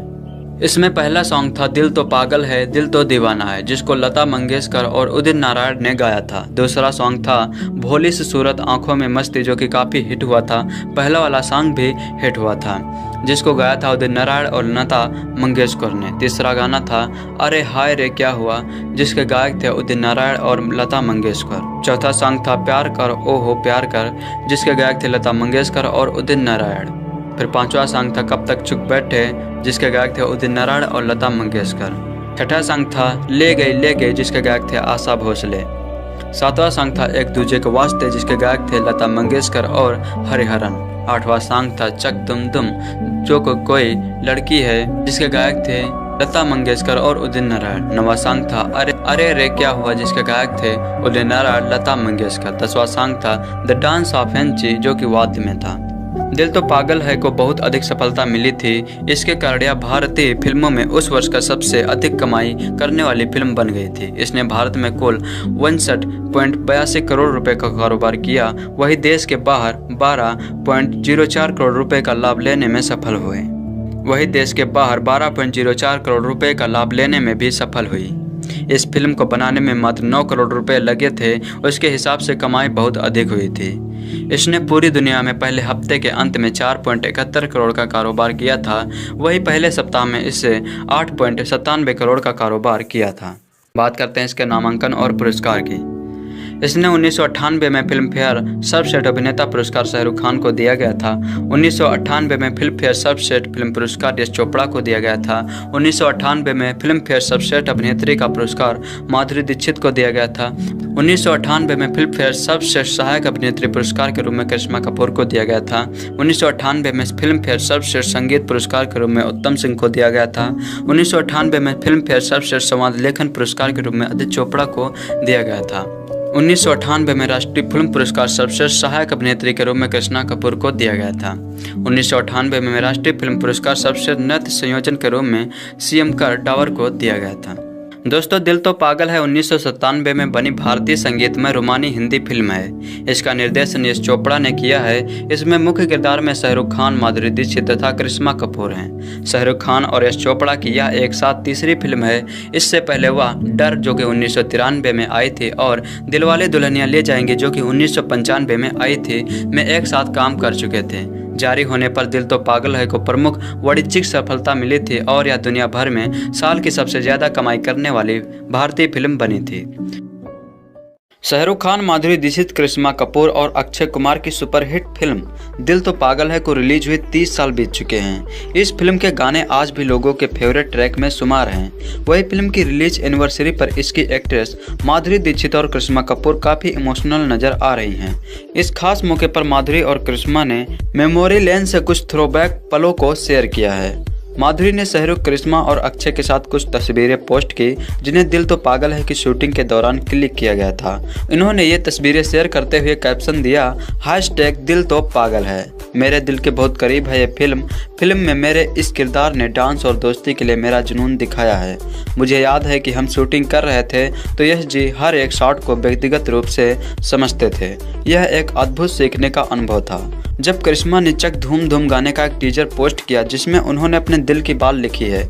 आपको बता दें कि बीते दिन शनिवार 31 अक्टूबर 2020 को यश चोपड़ा की आउट एंड रोमांटिक फिल्म दिल तो पागल है ने रिलीज होने के 23 साल पूरे किए हैं। फिल्म में शाहरुख खान, माधुरी दीक्षित, नेने और करिश्मा कपूर मुख्य भूमिकाओं में थे। इस फिल्म में अक्षय कुमार ने एक मेहमान कलाकार की भूमिका निभाई थी, लेकिन काफी अहम भूमिका निभाई थी। दिल तो पागल है के लिए करिश्मा को सर्वश्रेष्ठ सहायक अभिनेत्री का राष्ट्रीय फिल्म पुरस्कार दिया गया था, जबकि श्यामक डावर को सर्वश्रेष्ठ कोरियोग्राफर का पुरस्कार दिया गया था।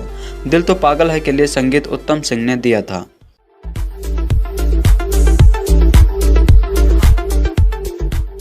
दोस्तों, आज हम बात करेंगे दिल से मूवी के बारे में, तो चलिए शुरू करते हैं। दिल से 1998 में बनी रोमांटिक थ्रिलर हिंदी फिल्म है जो आतंकवाद और उत्तर पूर्वी राज्यों के तनाव पर आधारित है। फिल्म का निर्देशन मणिरत्नम ने किया है, वही निर्माता राम गोपाल वर्मा तथा शेखर कपूर ने योगदान किया है। यह रिलीज हुई थी 21 अगस्त 1998 को भारत में हिंदी भाषा में और असमी और तमिल भाषा में रिलीज हुई थी।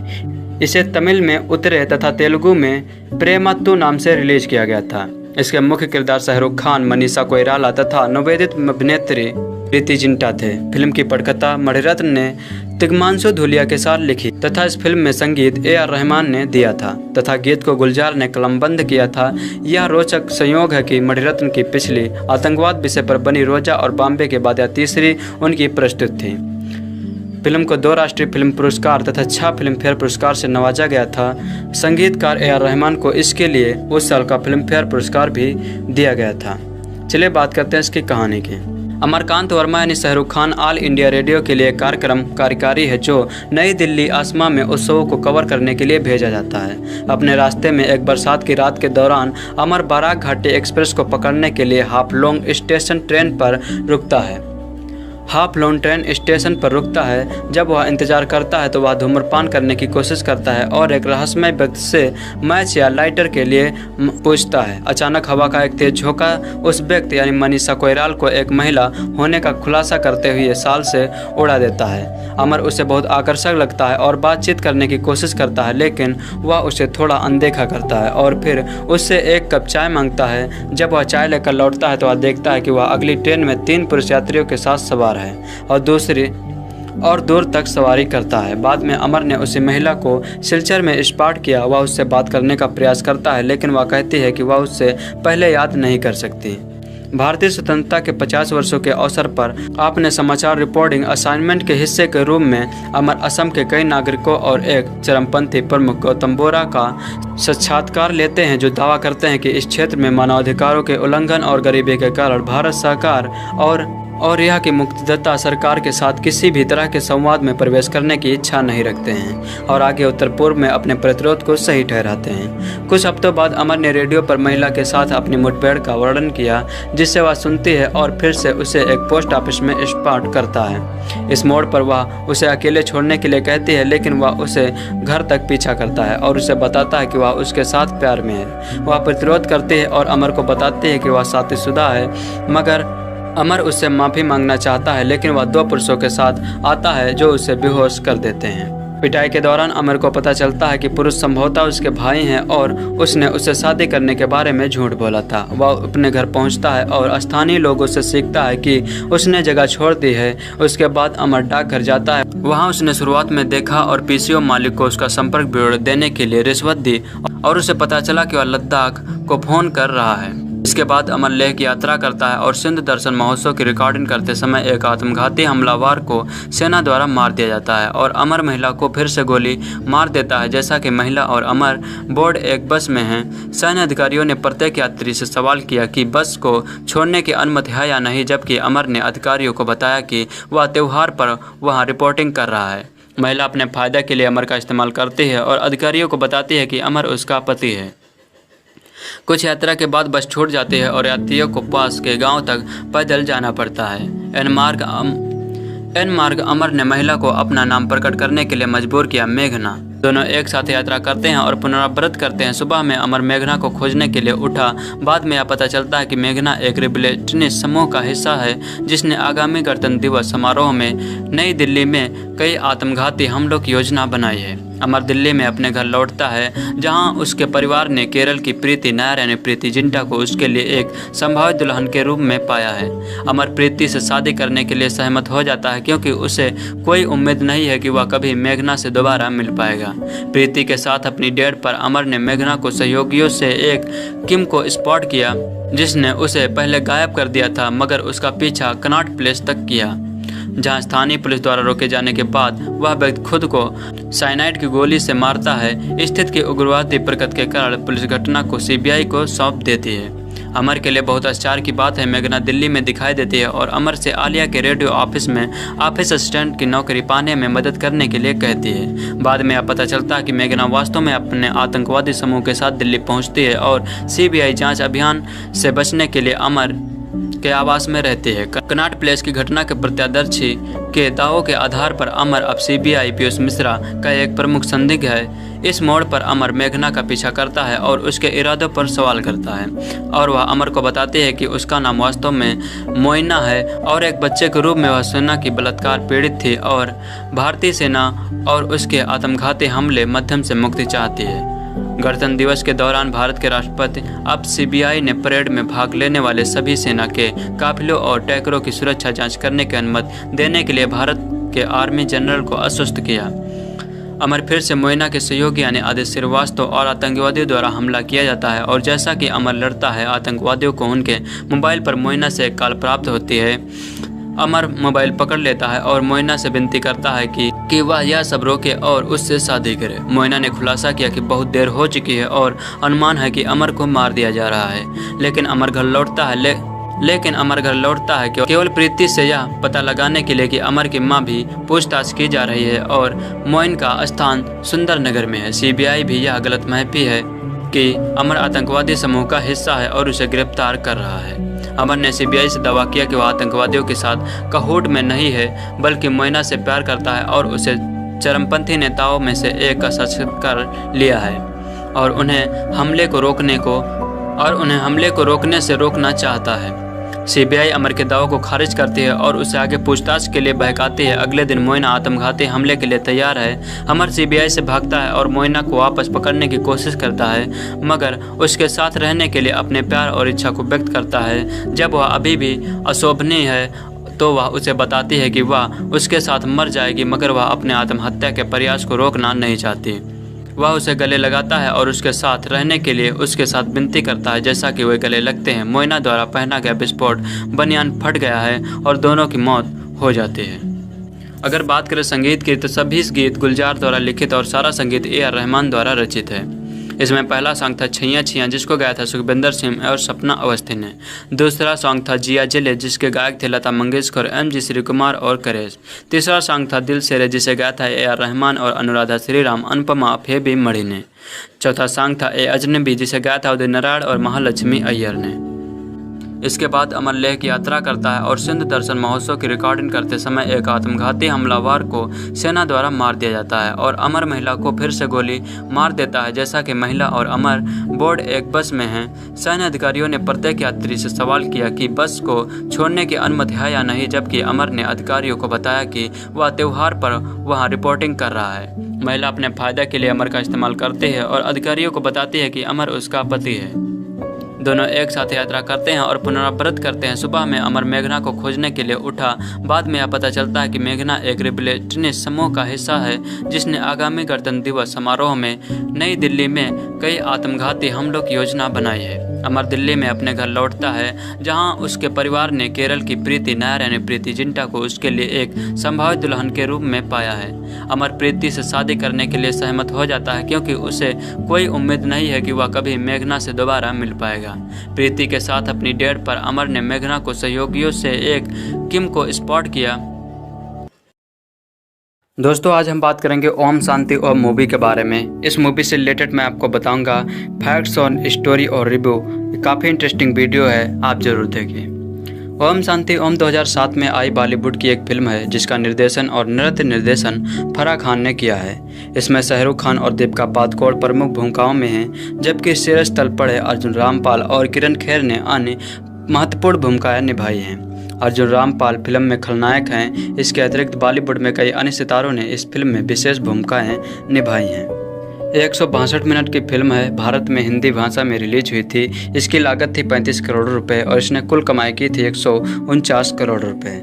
ओम प्रकाश मखीजा यानी शाहरुख खान 1970 के दशक में मुंबई फिल्म उद्योग में एक जूनियर कलाकार हैं। वह और उसका मित्र पप्पू यानी श्रेयस तलपड़े प्रमुख कलाकार बनने के लिए संघर्ष कर रहे हैं। ओम की मां बेला मखीजा यानी किरण खेर अपने बेटे को प्रोत्साहित करती रहती हैं। ओम के दिल की धड़कन है जिसकी सर्वाधिक लोकप्रिय फिल्म नायिका शांतिप्रिया यानी दीपिका पादुकोण। ओम प्रकाश को शांतिप्रिया के निकट जाने के 2 अवसर मिलते हैं। पहला फिल्म ड्रीम गर्ल के प्रीमियर पर जहां ओम और पप्पू चालाकी से घुस जाते हैं। दूसरा फिल्म के सेट पर जहां ओम अपनी जान पर खेलकर शांति को आग से बचाता है।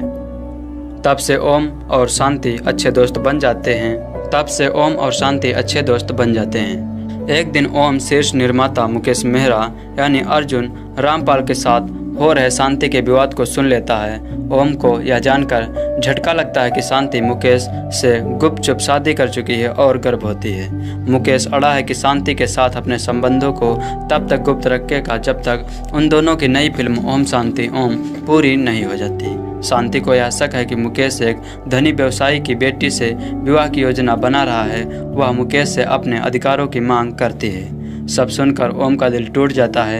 एक रात मुकेश शांति को ओम शांति ओम फिल्म के सेट पर ले जाता है। कहता है कि वह फिल्म को बंद कर देगा और सारे समाज के सामने शांति से विवाह कर लेगा। किंतु यह मुकेश की एक चाल निकलती है। वह शांति को अपनी वित्तीय हानि का कारण समझता है, इसलिए वह सेट को आग लगाकर शांति को वहां मरने के लिए छोड़ देता है। ओम शांति को बचाने का प्रयास करता है पर मुकेश के गार्ड उसे ऐसा करने नहीं देते हैं। विस्फोट के कारण ओम वहां से दूर गिरता है और एक कार के नीचे आ जाता है। उस कार का मालिक राजेश कपूर यानी जावेद शेख एक प्रसिद्ध अभिनेता है जो अपनी गर्भवती पत्नी लवली यानी असावरी जोशी को प्रसव के लिए अस्पताल ले जा रहा है। राजेश ओम को भी अस्पताल ले जाता है लेकिन ओम की मृत्यु हो जाती है। कुछ पलों के बाद यह पता चलता है कि राजेश कपूर के बेटे का जन्म हुआ है। यह बच्चा ओम प्रकाश मखीजा का पुनर्जन्म है। नए जीवन में उसका नाम ओम कपूर रखा गया है। वयस्क होने पर एक लोकप्रिय फिल्म स्टार ओके यानी शाहरुख खान बन जाता है। उसे आग से बहुत भय लगता है। एक दिन किसी फिल्म की शूटिंग के लिए ओम उस स्थान पर जाता है जहां 30 वर्ष पहले ओम शांति ओम के सेट में आग लगी थी। जले हुए सेट को देखकर ओम की पूर्व जन्म की यादें उभरने लगती हैं। फिर एक पार्टी में ओम का सामना मुकेश मेहरा से होता है जो इस बीच हॉलीवुड का सफल फिल्म निर्माता बन चुका है। उसे देखते ही ओम को पुनर्जन्म की सारी बातें स्पष्ट रूप से याद आ जाती हैं। तब उसका बेला और पप्पू से भावनात्मक पुनर्मिलन होता है। शांति की मृत्यु का बदला लेने के लिए ओम कपूर पप्पू बेला और अन्य साथियों के साथ मिलकर एक योजना बनाता है। ओम मुकेश से तय करता है कि वे दोनों फिर से ओम शांति ओम फिल्म का निर्माण करेंगे। फिर ओम और उसके सहायक शांतिप्रिया की हमशक्ल की तलाश करते हैं। उन्हें संध्या या सैंडी नाम की युवती यानी दीपिका पादुकोण मिलती है जो देखने में शांतिप्रिया के समान और ओके की दीवानी है। और फिर उनकी योजना शुरू होती है। ओम मुकेश के साथ खेल खेलता है। सैंडी शांति के रूप में मुकेश के सामने बार बार आती है। मुकेश सोचता है कि वह शांति की आत्मा है और भयभीत रहने लगता है। लेकिन फिर एक दिन मुकेश जान जाता है कि वह युवती कोई और नहीं शांति है। वह सतर्क हो जाता है। अंत में सेट पर ओम और मुकेश में हाथापाई होती है। ओम कहता है कि वह पूर्व जन्म के मुकेश द्वारा शांति की हत्या का गवाह था। मुकेश उसे चुनौती देता है कि पूर्व जन्म की बात पर कोई भी अदालत विश्वास नहीं करेगी। तभी शांति के भेष में एक युवती जिसे वे दोनों सैंडी समझते हैं वह आकर कहती है कि सेट पर लगे झूमर के ठीक नीचे हत्या का सबूत दबा हुआ है। उसका शरीर जिसे मुकेश ने जीवित ही भूमि में नीचे दफना दिया था।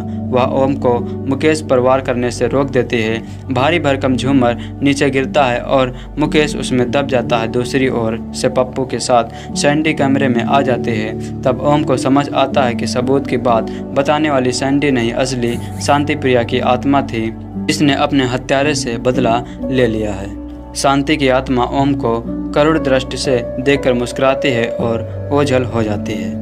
तो चलिए बात करते हैं संगीत की। इसमें पहला गाना था अजब सी जिसके गायक के थे। दूसरा गाना था दर्द ए डिस्को, जिसके गायक थे सुखविंदर सिंह, कैरालिसा मोंटरे और निशा मरिन ने। तीसरा गाना था दीवानगी दीवानगी, जिसके गायक थे शान, उदित नारायण, श्रेया घोषाल, सुनिधि चौहान और राहुल सक्सेना। चौथा सॉन्ग था मैं अगर कहूँ, जिसके गायक थे सोनू निगम, श्रेया घोषाल। और पांचवा गाना था जग सुना सुना लागे, जिसके गायक थे राहत फतेह अली खान और ऋचा शर्मा। छठा गाना था धूम ताना, जिसके गायक थे अभिजीत भट्टाचार्य और श्रेया घोषाल। सातवां गाना था दास्ता ए ओम शांति ओम, जिसके गायक थे शान। आठवां गाना था दर्द ए डिस्को, जो कि रिमिक्स में था, जिसके गायक थे सुखविंदर सिंह, कैरालिसा मेंटोरे, निशा मरिन ने। नवा गाना था दीवानगी दीवानगी, जो कि रेनबो मिक्स में था, जिसके गायक थे शान, उदित नारायण, श्रेया घोषाल, सुनिधि चौहान, राहुल सक्सेना। 10वां गाना था ओम शांति ओम, जो कि मेडले मिक्स था, जिसके गायक थे सुखविंदर सिंह, कैरालिसा मेंटोरो, निशा मरिन ने, शान, उदित नारायण, श्रेया घोषाल, सुनिधि चौहान, राहुल सक्सेना, अभिजीत भट्टाचार्य। 11वां गाना था दास्ता ए ओम शांति ओम, जो कि डार्क मिक्स में था, जिसके गायक थे शान। 12वां गाना था ओम शांति ओम, जो कि इंस्ट्रूमेंटल में था। इस तरह कुल जो साउंड ट्रैक था वो था 61 मिनट 18 सेकंड का।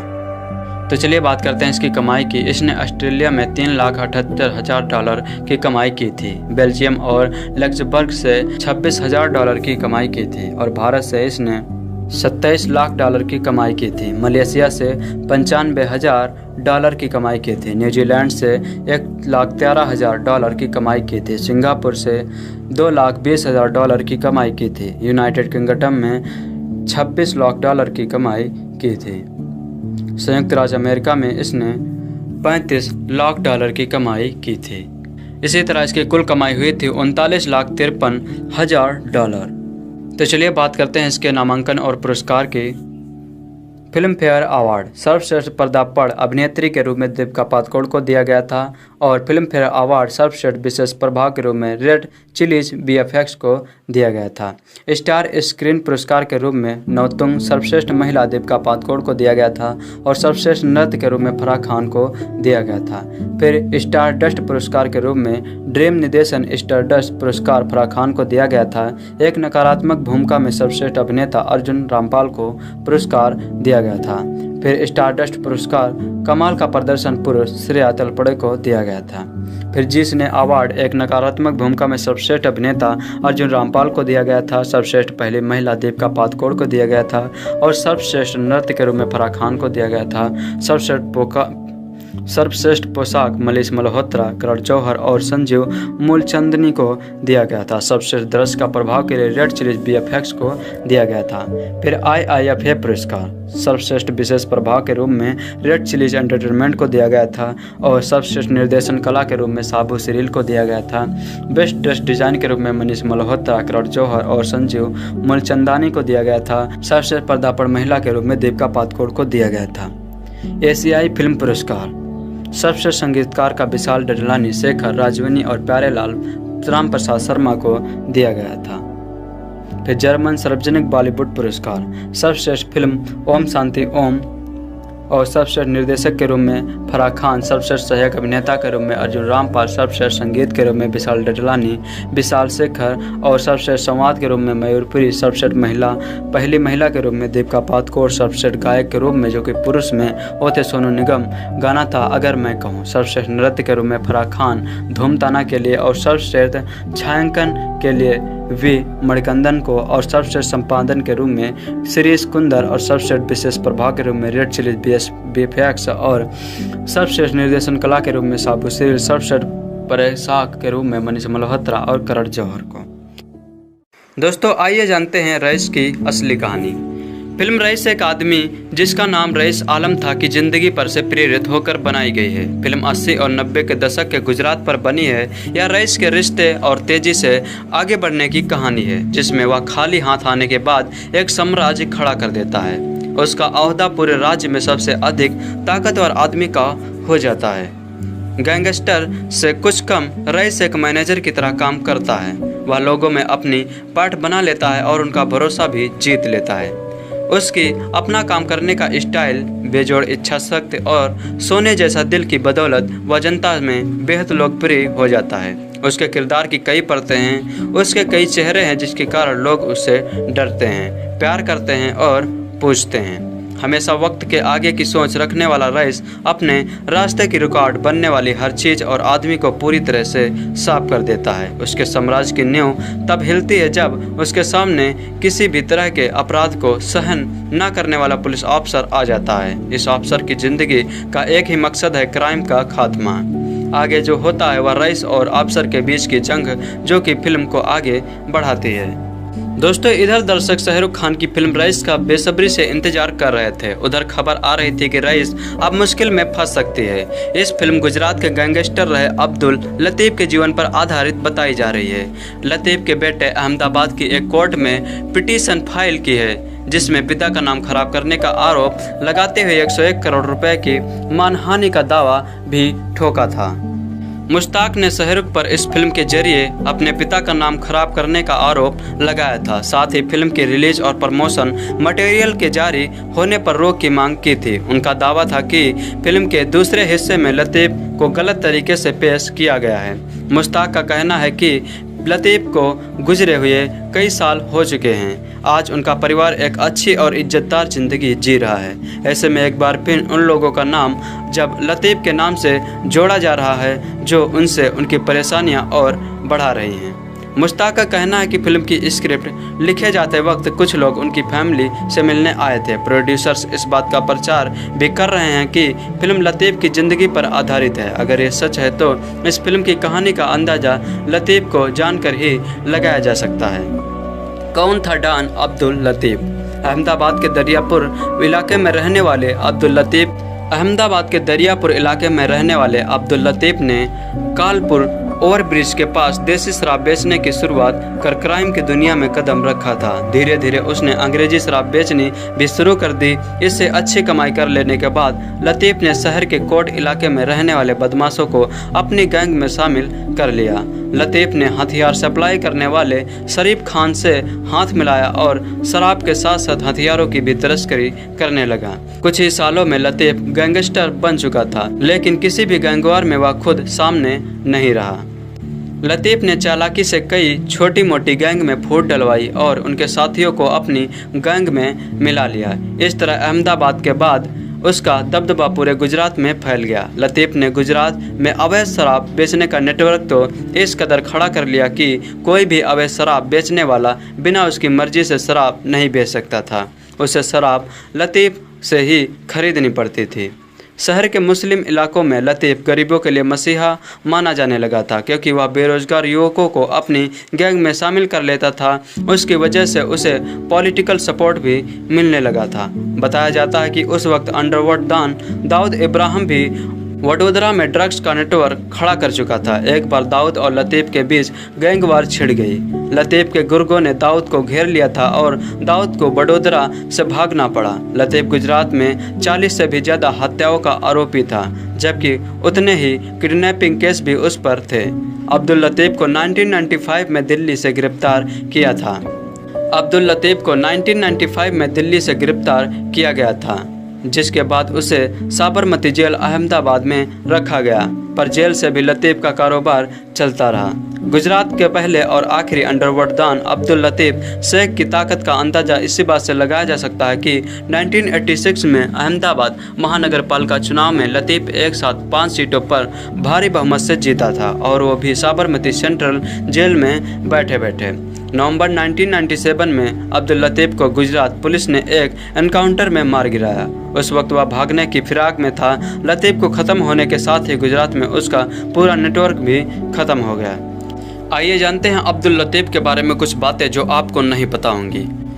1951 में जन्मे अब्दुल लतीफ ने शुरुआती दौर में गुजरात के अहमदाबाद के एक जुए और शराब के ठेके पर 30 रुपये महीने की नौकरी की थी। उस समय गुजरात में शराबबंदी लागू थी। इसी के चलते लतीफ को तस्करी के धंधे में पैसा दिखने लगा और वो इस कारोबार में घुस गए। एक पुलिस अफसर ने बताया, उन दिनों लतीफ पागलों की तरह पैसे छाप रहा था। वो स्थानीय पुलिस वालों को हफ्ता और महंगे गिफ्ट देता था। कांस्टेबल से इंस्पेक्टर तक उससे गिफ्ट लेते थे। पुलिस वालों को सबक सिखाने के लिए लतीफ़ ने नेताओं से संपर्क बढ़ाना शुरू कर दिया। उसने राजनीतिक दलों को चंदा देना शुरू कर दिया। 1980 के दशक में अहमदाबाद में कई बार दंगे हुए। लतीफ़ ने उस समय दंगा पीड़ितों की बड़ी मदद की। गरीबों और पीड़ितों की मदद करके लतीफ़ ने अहमदाबाद में रॉबिन हुड जैसी छवि बना ली। शराब माफिया और गैंगस्टर अब्दुल लतीफ़ ने 1986-87 में अहमदाबाद नगरपालिका चुनाव में 5 सीटों पर एक साथ जीत हासिल की थी। गुजरात में कई हत्याओं में लतीफ़ का नाम सामने आया, जिसके बाद लतीफ़ 1992 में दुबई के रास्ते पाकिस्तान भाग गया था। 1995 में गुजरात एंटी टेररिज्म स्क्वाड में लतीफ़ को पुरानी दिल्ली के एक पीसीओ बूथ से गिरफ्तार किया गया। लतीफ़ करीब 2 साल तक साबरमती जेल में रहा। पुलिस के अनुसार नवंबर 1997 में लतीफ़ के भागने की कोशिश और पुलिस मुठभेड़ में मारा गया। दोस्तों, रईस फिल्म जैसे ही खत्म होती है, मन में सवाल आता है कि इस फिल्म की बनाने की जरूरत क्या है, क्यों बनाई गई है, निर्माता निर्देशक सितारे कहना क्या चाहते हैं। हिंदी सिनेमा में सैकड़ों फिल्में हैं जिनमें घोर गरीबी में पला बड़ा बच्चा बड़ा होकर गैंगस्टर नुमा अपराधी बनता है और कोई जिद्दी पुलिस वाला उसके पीछे लगा होता है। पुलिस वाले को छकाते हुए फिल्म में छाए रहने वाले हीरो की मौत अंत में पुलिस वाले की गोली से होती है। रईस की कहानी इससे ज़्यादा नहीं है। नया क्या है, ना बनिए का दिमाग दिखता है, ना मियाँ भाई की डेयरिंग। शाहरुख खान चले हुए कारतूस नजर आते हैं और राहुल ढोलकिया अधेड़ सितारे के मद में बह के निशाचनी। क्योंकि कोई धंधा छोटा नहीं होता और धंधे से बड़ा कोई धर्म नहीं होता, इसलिए धन से फिल्म के लिए तारीफें और अवार्ड खरीदे जा सकते हैं। हिट का तिलस्म रचा जा सकता है। रईस को काल्पनिक कहानी बनाना आधा सच है या गुजरात में अवैध सरकार का कारोबार करने वाले कुख्यात अपराधी अब्दुल लतीफ़ का फिल्मी संस्करण है, जिस पर ग्लैमर का वर्क चढ़ा है। लतीफ़ पर 1980-90 के दशक में गांधी धरती पर अवैध शराब के धंधे, हत्या, अपहरण, तस्करी और दर्जनों मामले समेत आतंकवादी तथा विघटनकारी क्रियाकलाप अधिनियम यानी टाडा तक लगा था। मुंबई बम धमाकों में उसका नाम सीधे नहीं आया, मगर वह आतंकी दाऊद इब्राहिम से कनेक्ट और कराची में उसका मेहमान था। लतीफ़ पुलिस की गिरफ्त से फरार होने की कोशिश करते हुए मारा गया था। रईस की कहानी में लतीफ़ और उससे जुड़े आपराधिक राजनीतिक सूत्रों के ताने बाने हैं। यहाँ रईस को रॉबिन हुड अंदाज में रंगते हुए गरीबों का मसीहा दिखाने की कोशिश है। गौर से देखें तो टिकट खिड़की पर लगातार पिट रहे शाहरुख यहाँ सलमान खान के फिल्मों में चैरिटी करने के फार्मूले से सहानुभूति बटोरने की लचर कोशिश में है। कई हिस्सों में रईस angry young man Amitabh Bachchan की एंट्री हीरो फिल्मों की खराब फोटोकॉपी जैसी है। शाहरुख न गुस्से में और एक्शन में जमते हैं, न रोमांस करते हुए। पुलिस मरे नवाजुद्दीन सिद्दीकी पूरी फिल्म में उन पर हावी हैं। नवाज फिल्म को न संभालते तो यह भर भरा कर गिर ही पड़ते। महिरा खान सुंदर हैं, परंतु उनकी भूमि बेहद कमजोर है।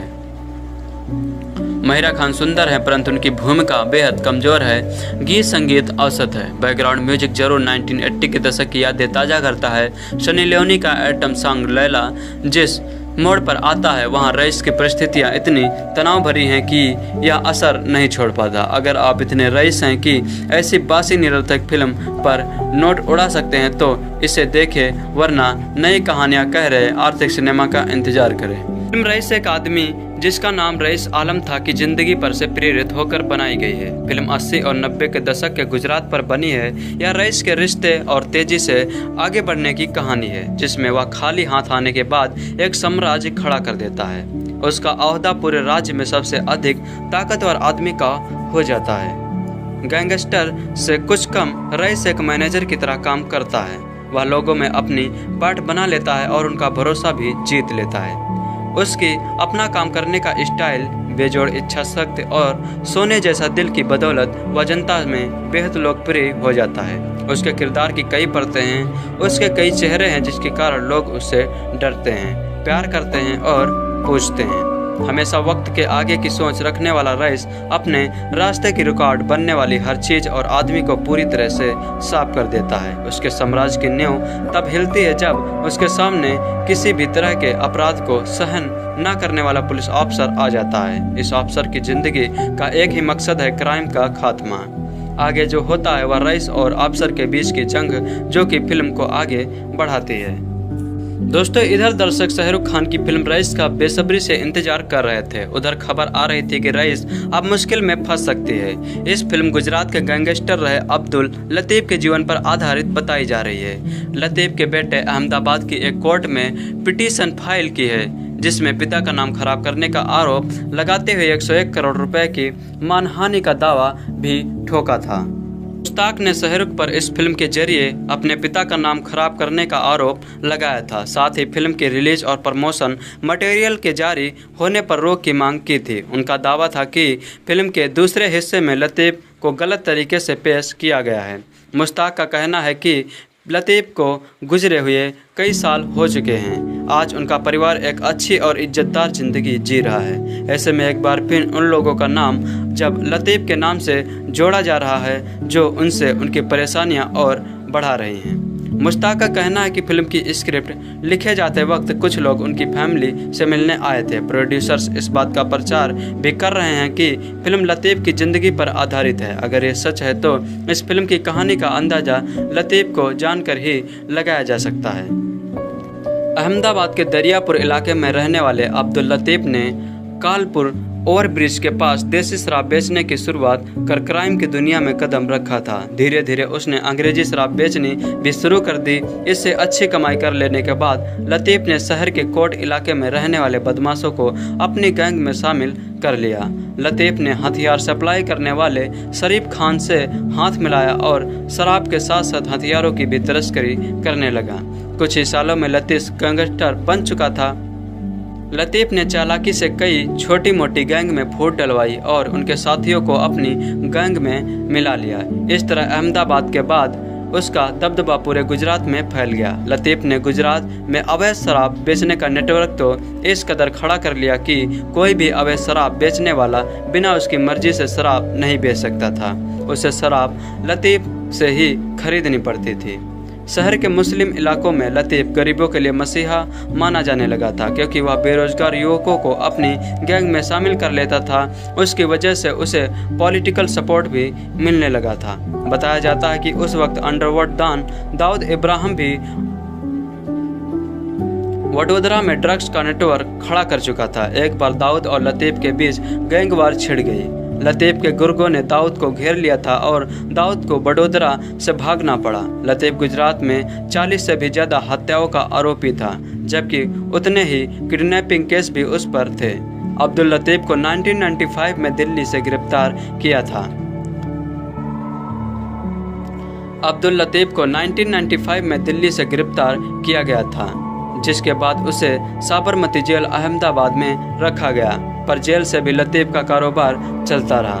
गुजरात के पहले और आखिरी अंडरवर्ल्ड डॉन अब्दुल लतीफ शेख की ताकत का अंदाजा इसी बात से लगाया जा सकता है कि 1986 में अहमदाबाद महानगर पालिका चुनाव में लतीफ एक साथ 5 सीटों पर भारी बहुमत से जीता था, और वो भी साबरमती सेंट्रल जेल में बैठे बैठे। नवंबर 1997 में अब्दुल लतीफ को गुजरात पुलिस ने एक एनकाउंटर में मार गिराया। उस वक्त वह भागने की फिराक में था।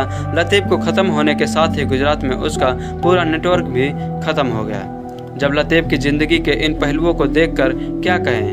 क्या ये फिल्म रईस की कहानी है? कहानी 1951 में जन्मे अब्दुल लतीफ ने शुरुआती दौर में गुजरात के अहमदाबाद के एक जुए और शराब के ठेके पर 30 रुपये महीने की नौकरी की थी। उस समय गुजरात में शराबबंदी लागू थी। इसी के चलते लतीफ को तस्करी के धंधे में पैसा दिखने लगा और वो इस कारोबार में घुस गए। एक पुलिस अफसर ने बताया, उन दिनों लतीफ पागलों की तरह पैसे छाप रहा था। वो स्थानीय पुलिस वालों को हफ्ता और महंगे गिफ्ट देता था। कांस्टेबल से इंस्पेक्टर तक उससे गिफ्ट लेने वालों में थे। कांस्टेबल से इंस्पेक्टर तक उससे गिफ्ट लेते थे। पुलिस वालों को सबक सिखाने के लिए लतीफ ने नेताओं से संपर्क बढ़ाना शुरू कर दिया। उसने राजनीतिक दलों को चंदा देने से शुरू कर दिया।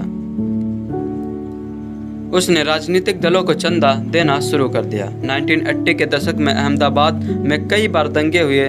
लतीफ ने उस समय दंगा पीड़ितों की बड़ी मदद की। गरीबों और पीड़ितों की मदद करके लतीफ ने अहमदाबाद में रॉबिन हुड जैसी छवि बना ली। शराब माफिया और गैंगस्टर अब्दुल लतीफ ने 1986-87 में अहमदाबाद नगरपालिका चुनाव में 5 सीटों के साथ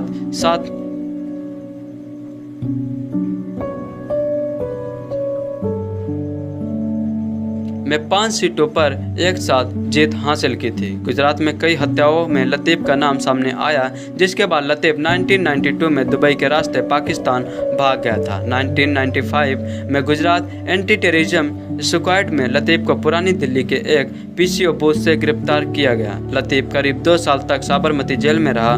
पुलिस के अनुसार नवंबर 1997 में लतीफ़ के भागने की कोशिश और पुलिस मुठभेड़ में मारा गया।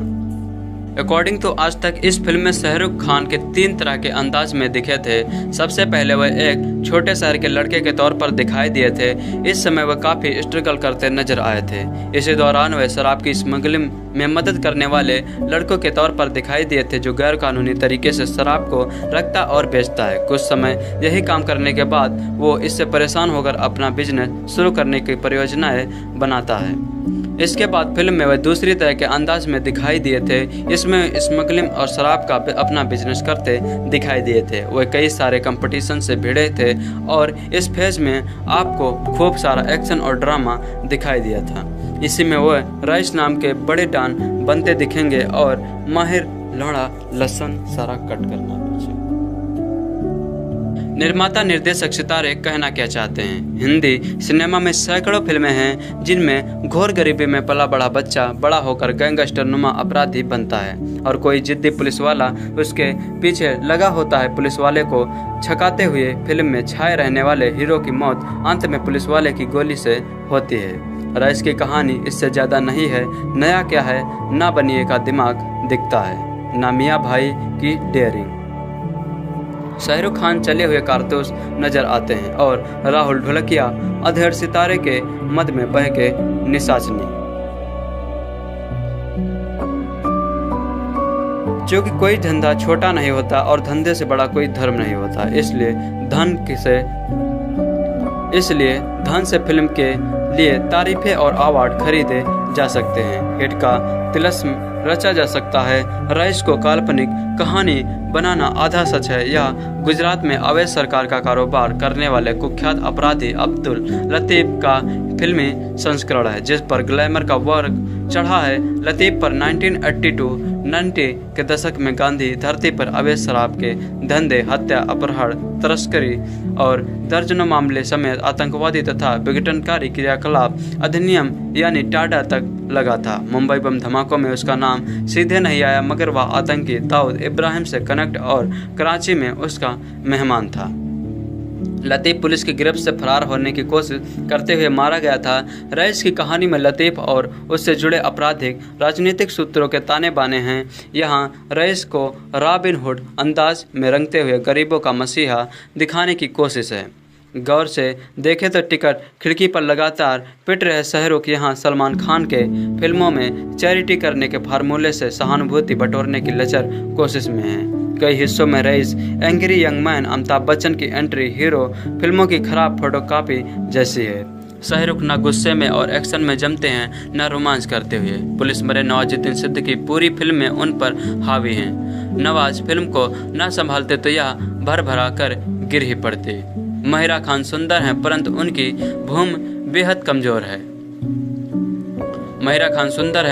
भूमिका बेहद कमजोर है। गीत संगीत औसत है। बैकग्राउंड म्यूजिक जरूर 1980 के दशक की यादें ताज़ा करता है। सनी लियोनी का एटम सॉन्ग लैला जिस मोड़ पर आता है, वहाँ रईस की परिस्थितियाँ इतनी तनाव भरी हैं कि यह असर नहीं छोड़ पाता। अगर आप इतने रईस हैं कि ऐसी बासी निरर्थक फिल्म पर नोट उड़ा सकते हैं तो इसे देखें, वरना नई कहानियाँ कह रहे आर्थिक सिनेमा का इंतजार करें। दोस्तों, आज हम बात करेंगे दिल तो पागल है मूवी के बारे में। इस वीडियो में आपको पता चलेगा इस मूवी से रिलेटेड बहुत सारे फैक्ट और बहुत सारी रोचक जानकारियाँ जो कि काफ़ी इंटरेस्टिंग हैं। तो चलिए शुरू करते हैं।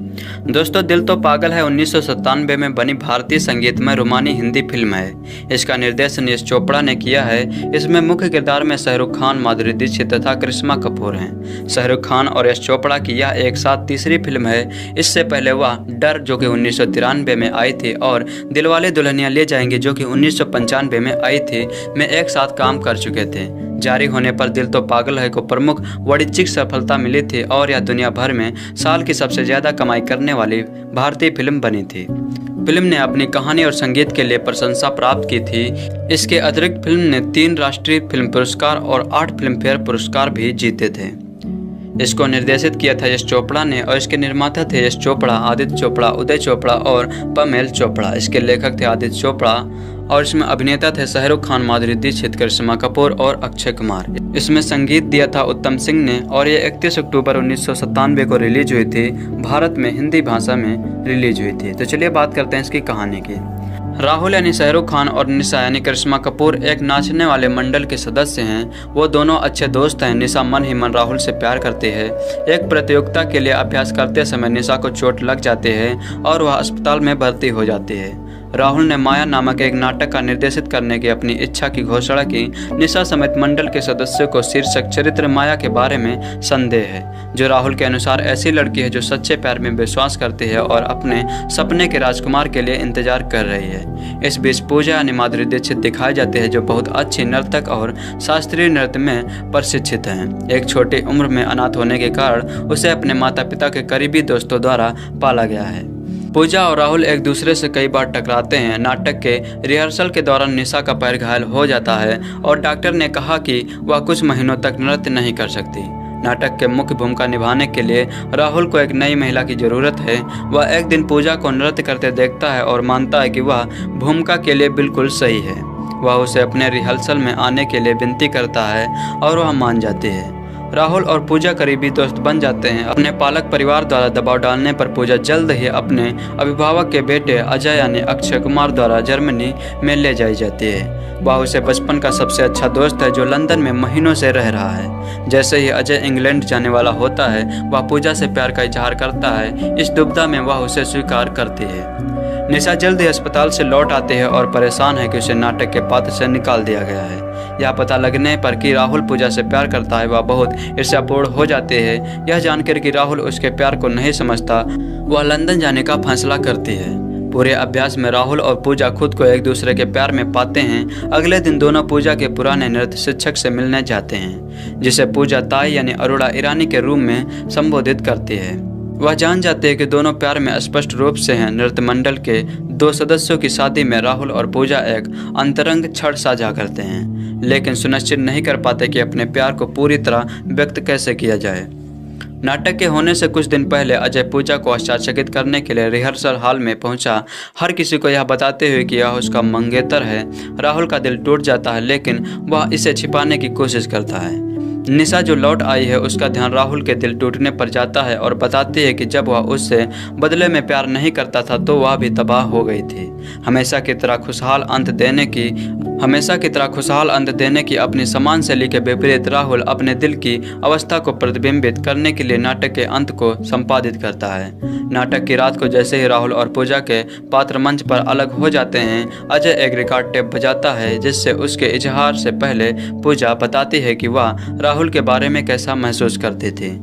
अजय अप्रत्यक्ष रूप से पूजा बता रहे हैं कि वह और राहुल एक साथ रहने के लिए पूजा अब महसूस करते हैं। वह वास्तव में राहुल से प्यार करते हैं और दोनों मंच पर अपने प्यार को कबूल करते हैं, जबकि दर्शक उसकी प्रशंसा करते हैं, जिससे नाटक का एक बार फिर खुशहाल अंत हो जाता है।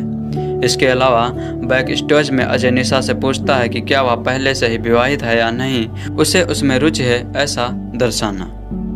इसमें शाहरुख खान राहुल के रूप में हैं और माधुरी दीक्षित पूजा के रूप में हैं, करिश्मा कपूर निशा के रूप में हैं और अक्षय कुमार अजय के रूप में हैं। चलिए बात करते हैं संगीत की।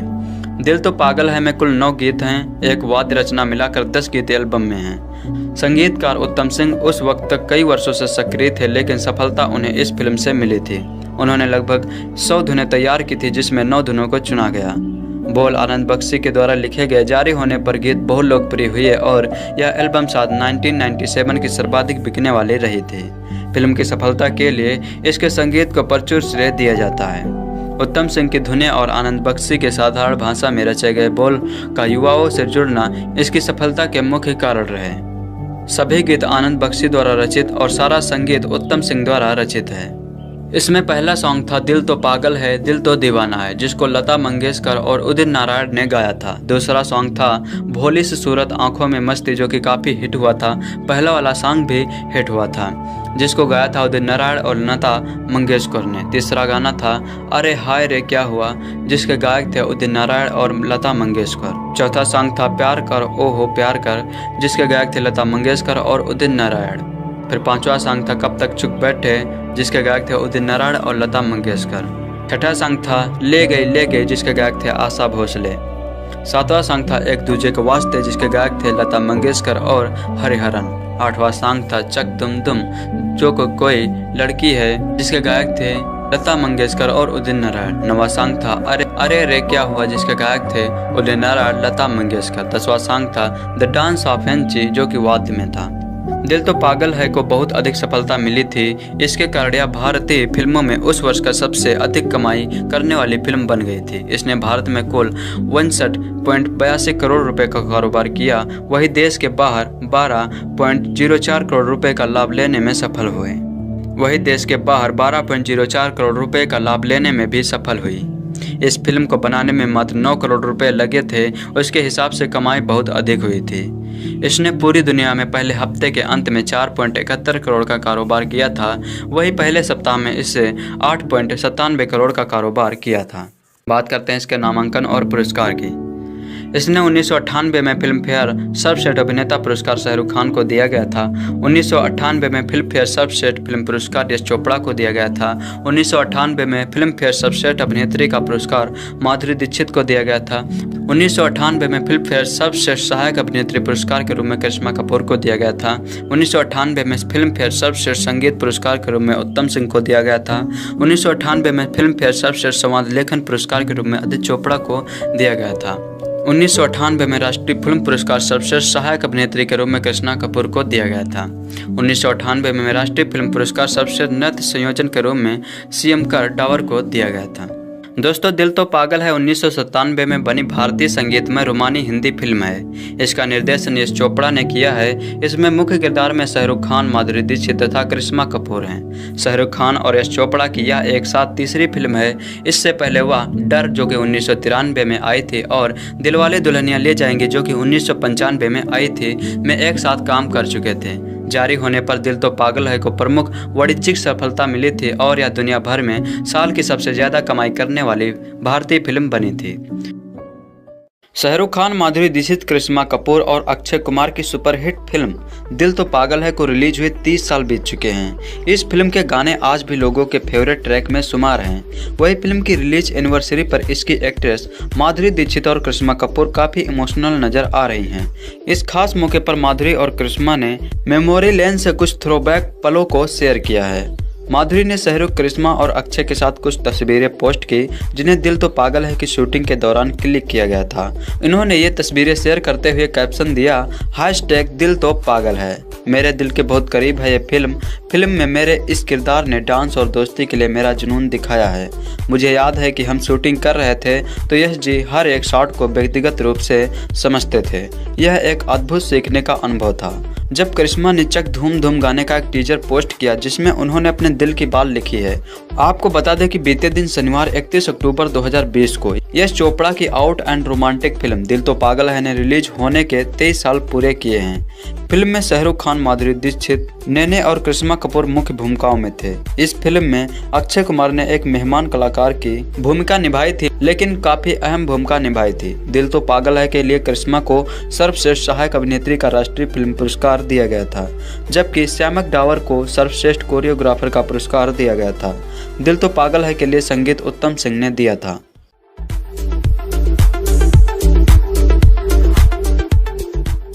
दोस्तों, आज हम बात करेंगे दिल से मूवी के बारे में, तो चलिए शुरू करते हैं। दिल से 1998 में बनी रोमांटिक थ्रिलर हिंदी फिल्म है, जो आतंकवाद और उत्तर पूर्वी राज्यों के तनाव पर आधारित है। फिल्म का निर्देशन मणिरत्नम ने किया है, वही निर्माता राम गोपाल वर्मा तथा शेखर कपूर ने योगदान किया है।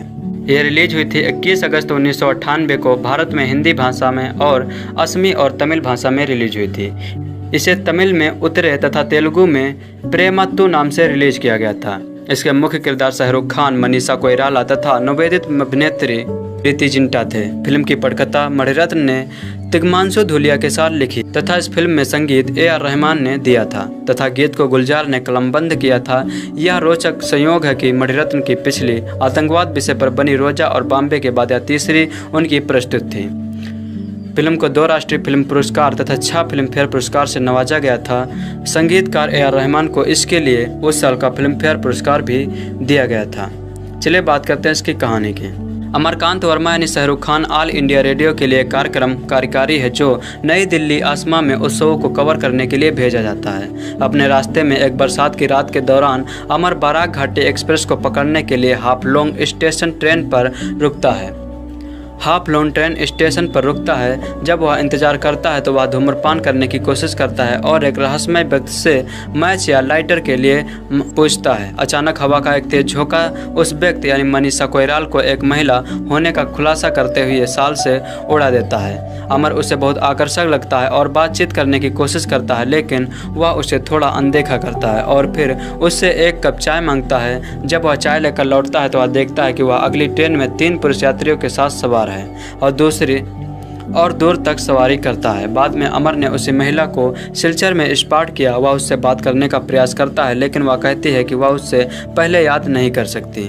भारतीय स्वतंत्रता के 50 वर्षों के अवसर पर आपने समाचार रिपोर्टिंग असाइनमेंट के हिस्से के रूप में अमर असम के कई नागरिकों और एक चरमपंथी प्रमुख गौतम बोरा का साक्षात्कार लेते हैं, जो दावा करते हैं कि इस क्षेत्र में मानवाधिकारों के उल्लंघन और गरीबी के कारण भारत सरकार और यहाँ की मुक्तिदाता सरकार के साथ किसी भी तरह के संवाद में प्रवेश करने की इच्छा नहीं रखते हैं और आगे उत्तर पूर्व में अपने प्रतिरोध को सही ठहराते हैं। कुछ हफ्तों बाद अमर ने रेडियो पर महिला के साथ अपनी मुठभेड़ का वर्णन किया, जिससे वह सुनती है और फिर से उसे एक पोस्ट ऑफिस में स्पॉट करता है। इस मोड़ पर वह उसे अकेले छोड़ने के लिए कहती है, लेकिन वह उसे घर तक पीछा करता है और उसे बताता है कि वह उसके साथ प्यार में है। वह प्रतिरोध करती है और अमर को बताती है कि वह शादीशुदा है, मगर अमर उससे माफ़ी मांगना चाहता है, लेकिन वह 2 पुरुषों के साथ आता है जो उसे बेहोश कर देते हैं। पिटाई के दौरान अमर को पता चलता है कि पुरुष संभवतः उसके भाई हैं और उसने उससे शादी करने के बारे में झूठ बोला था। वह अपने घर पहुंचता है और स्थानीय लोगों से सीखता है कि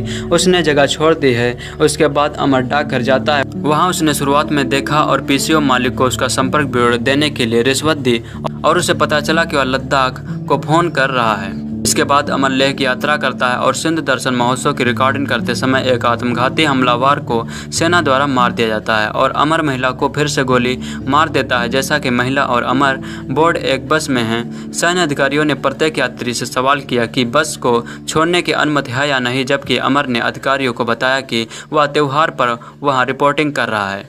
महिला अपने फायदे के लिए अमर का इस्तेमाल करती है और अधिकारियों को बताती है कि अमर उसका पति है।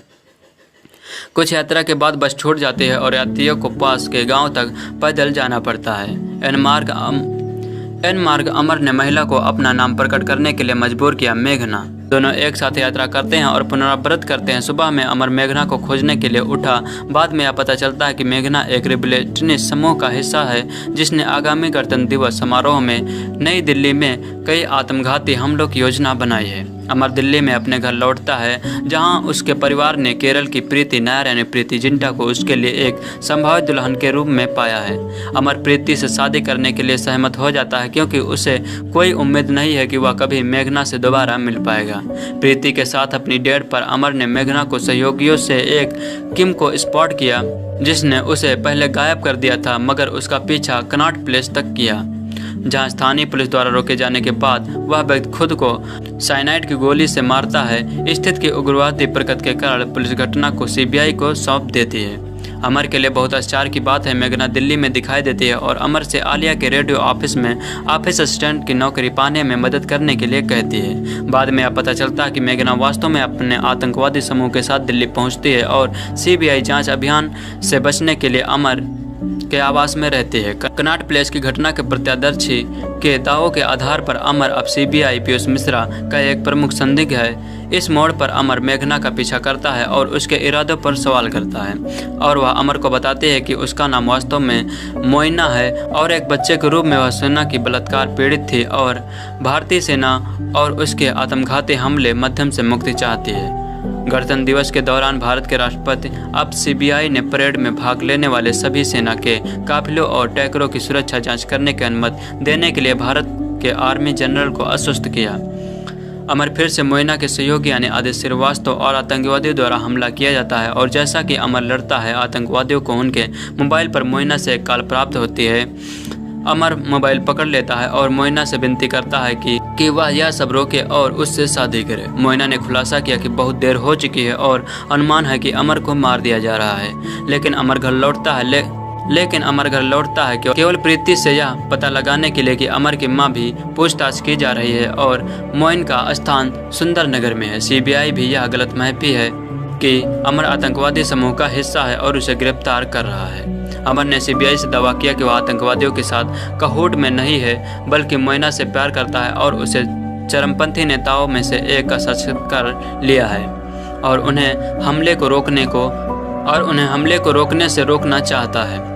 सीबीआई अमर के दावों को खारिज करती है और उसे आगे पूछताछ के लिए बहकाती है। अगले दिन मोइना आत्मघाती हमले के लिए तैयार है। अमर सीबीआई से भागता है और मोइना को वापस पकड़ने की कोशिश करता है, मगर उसके साथ रहने के लिए अपने प्यार और इच्छा को व्यक्त करता है। जब वह अभी भी अशोभनीय है तो वह उसे बताती है कि वह उसके साथ मर जाएगी, मगर वह अपने आत्महत्या के प्रयास को रोकना नहीं चाहती।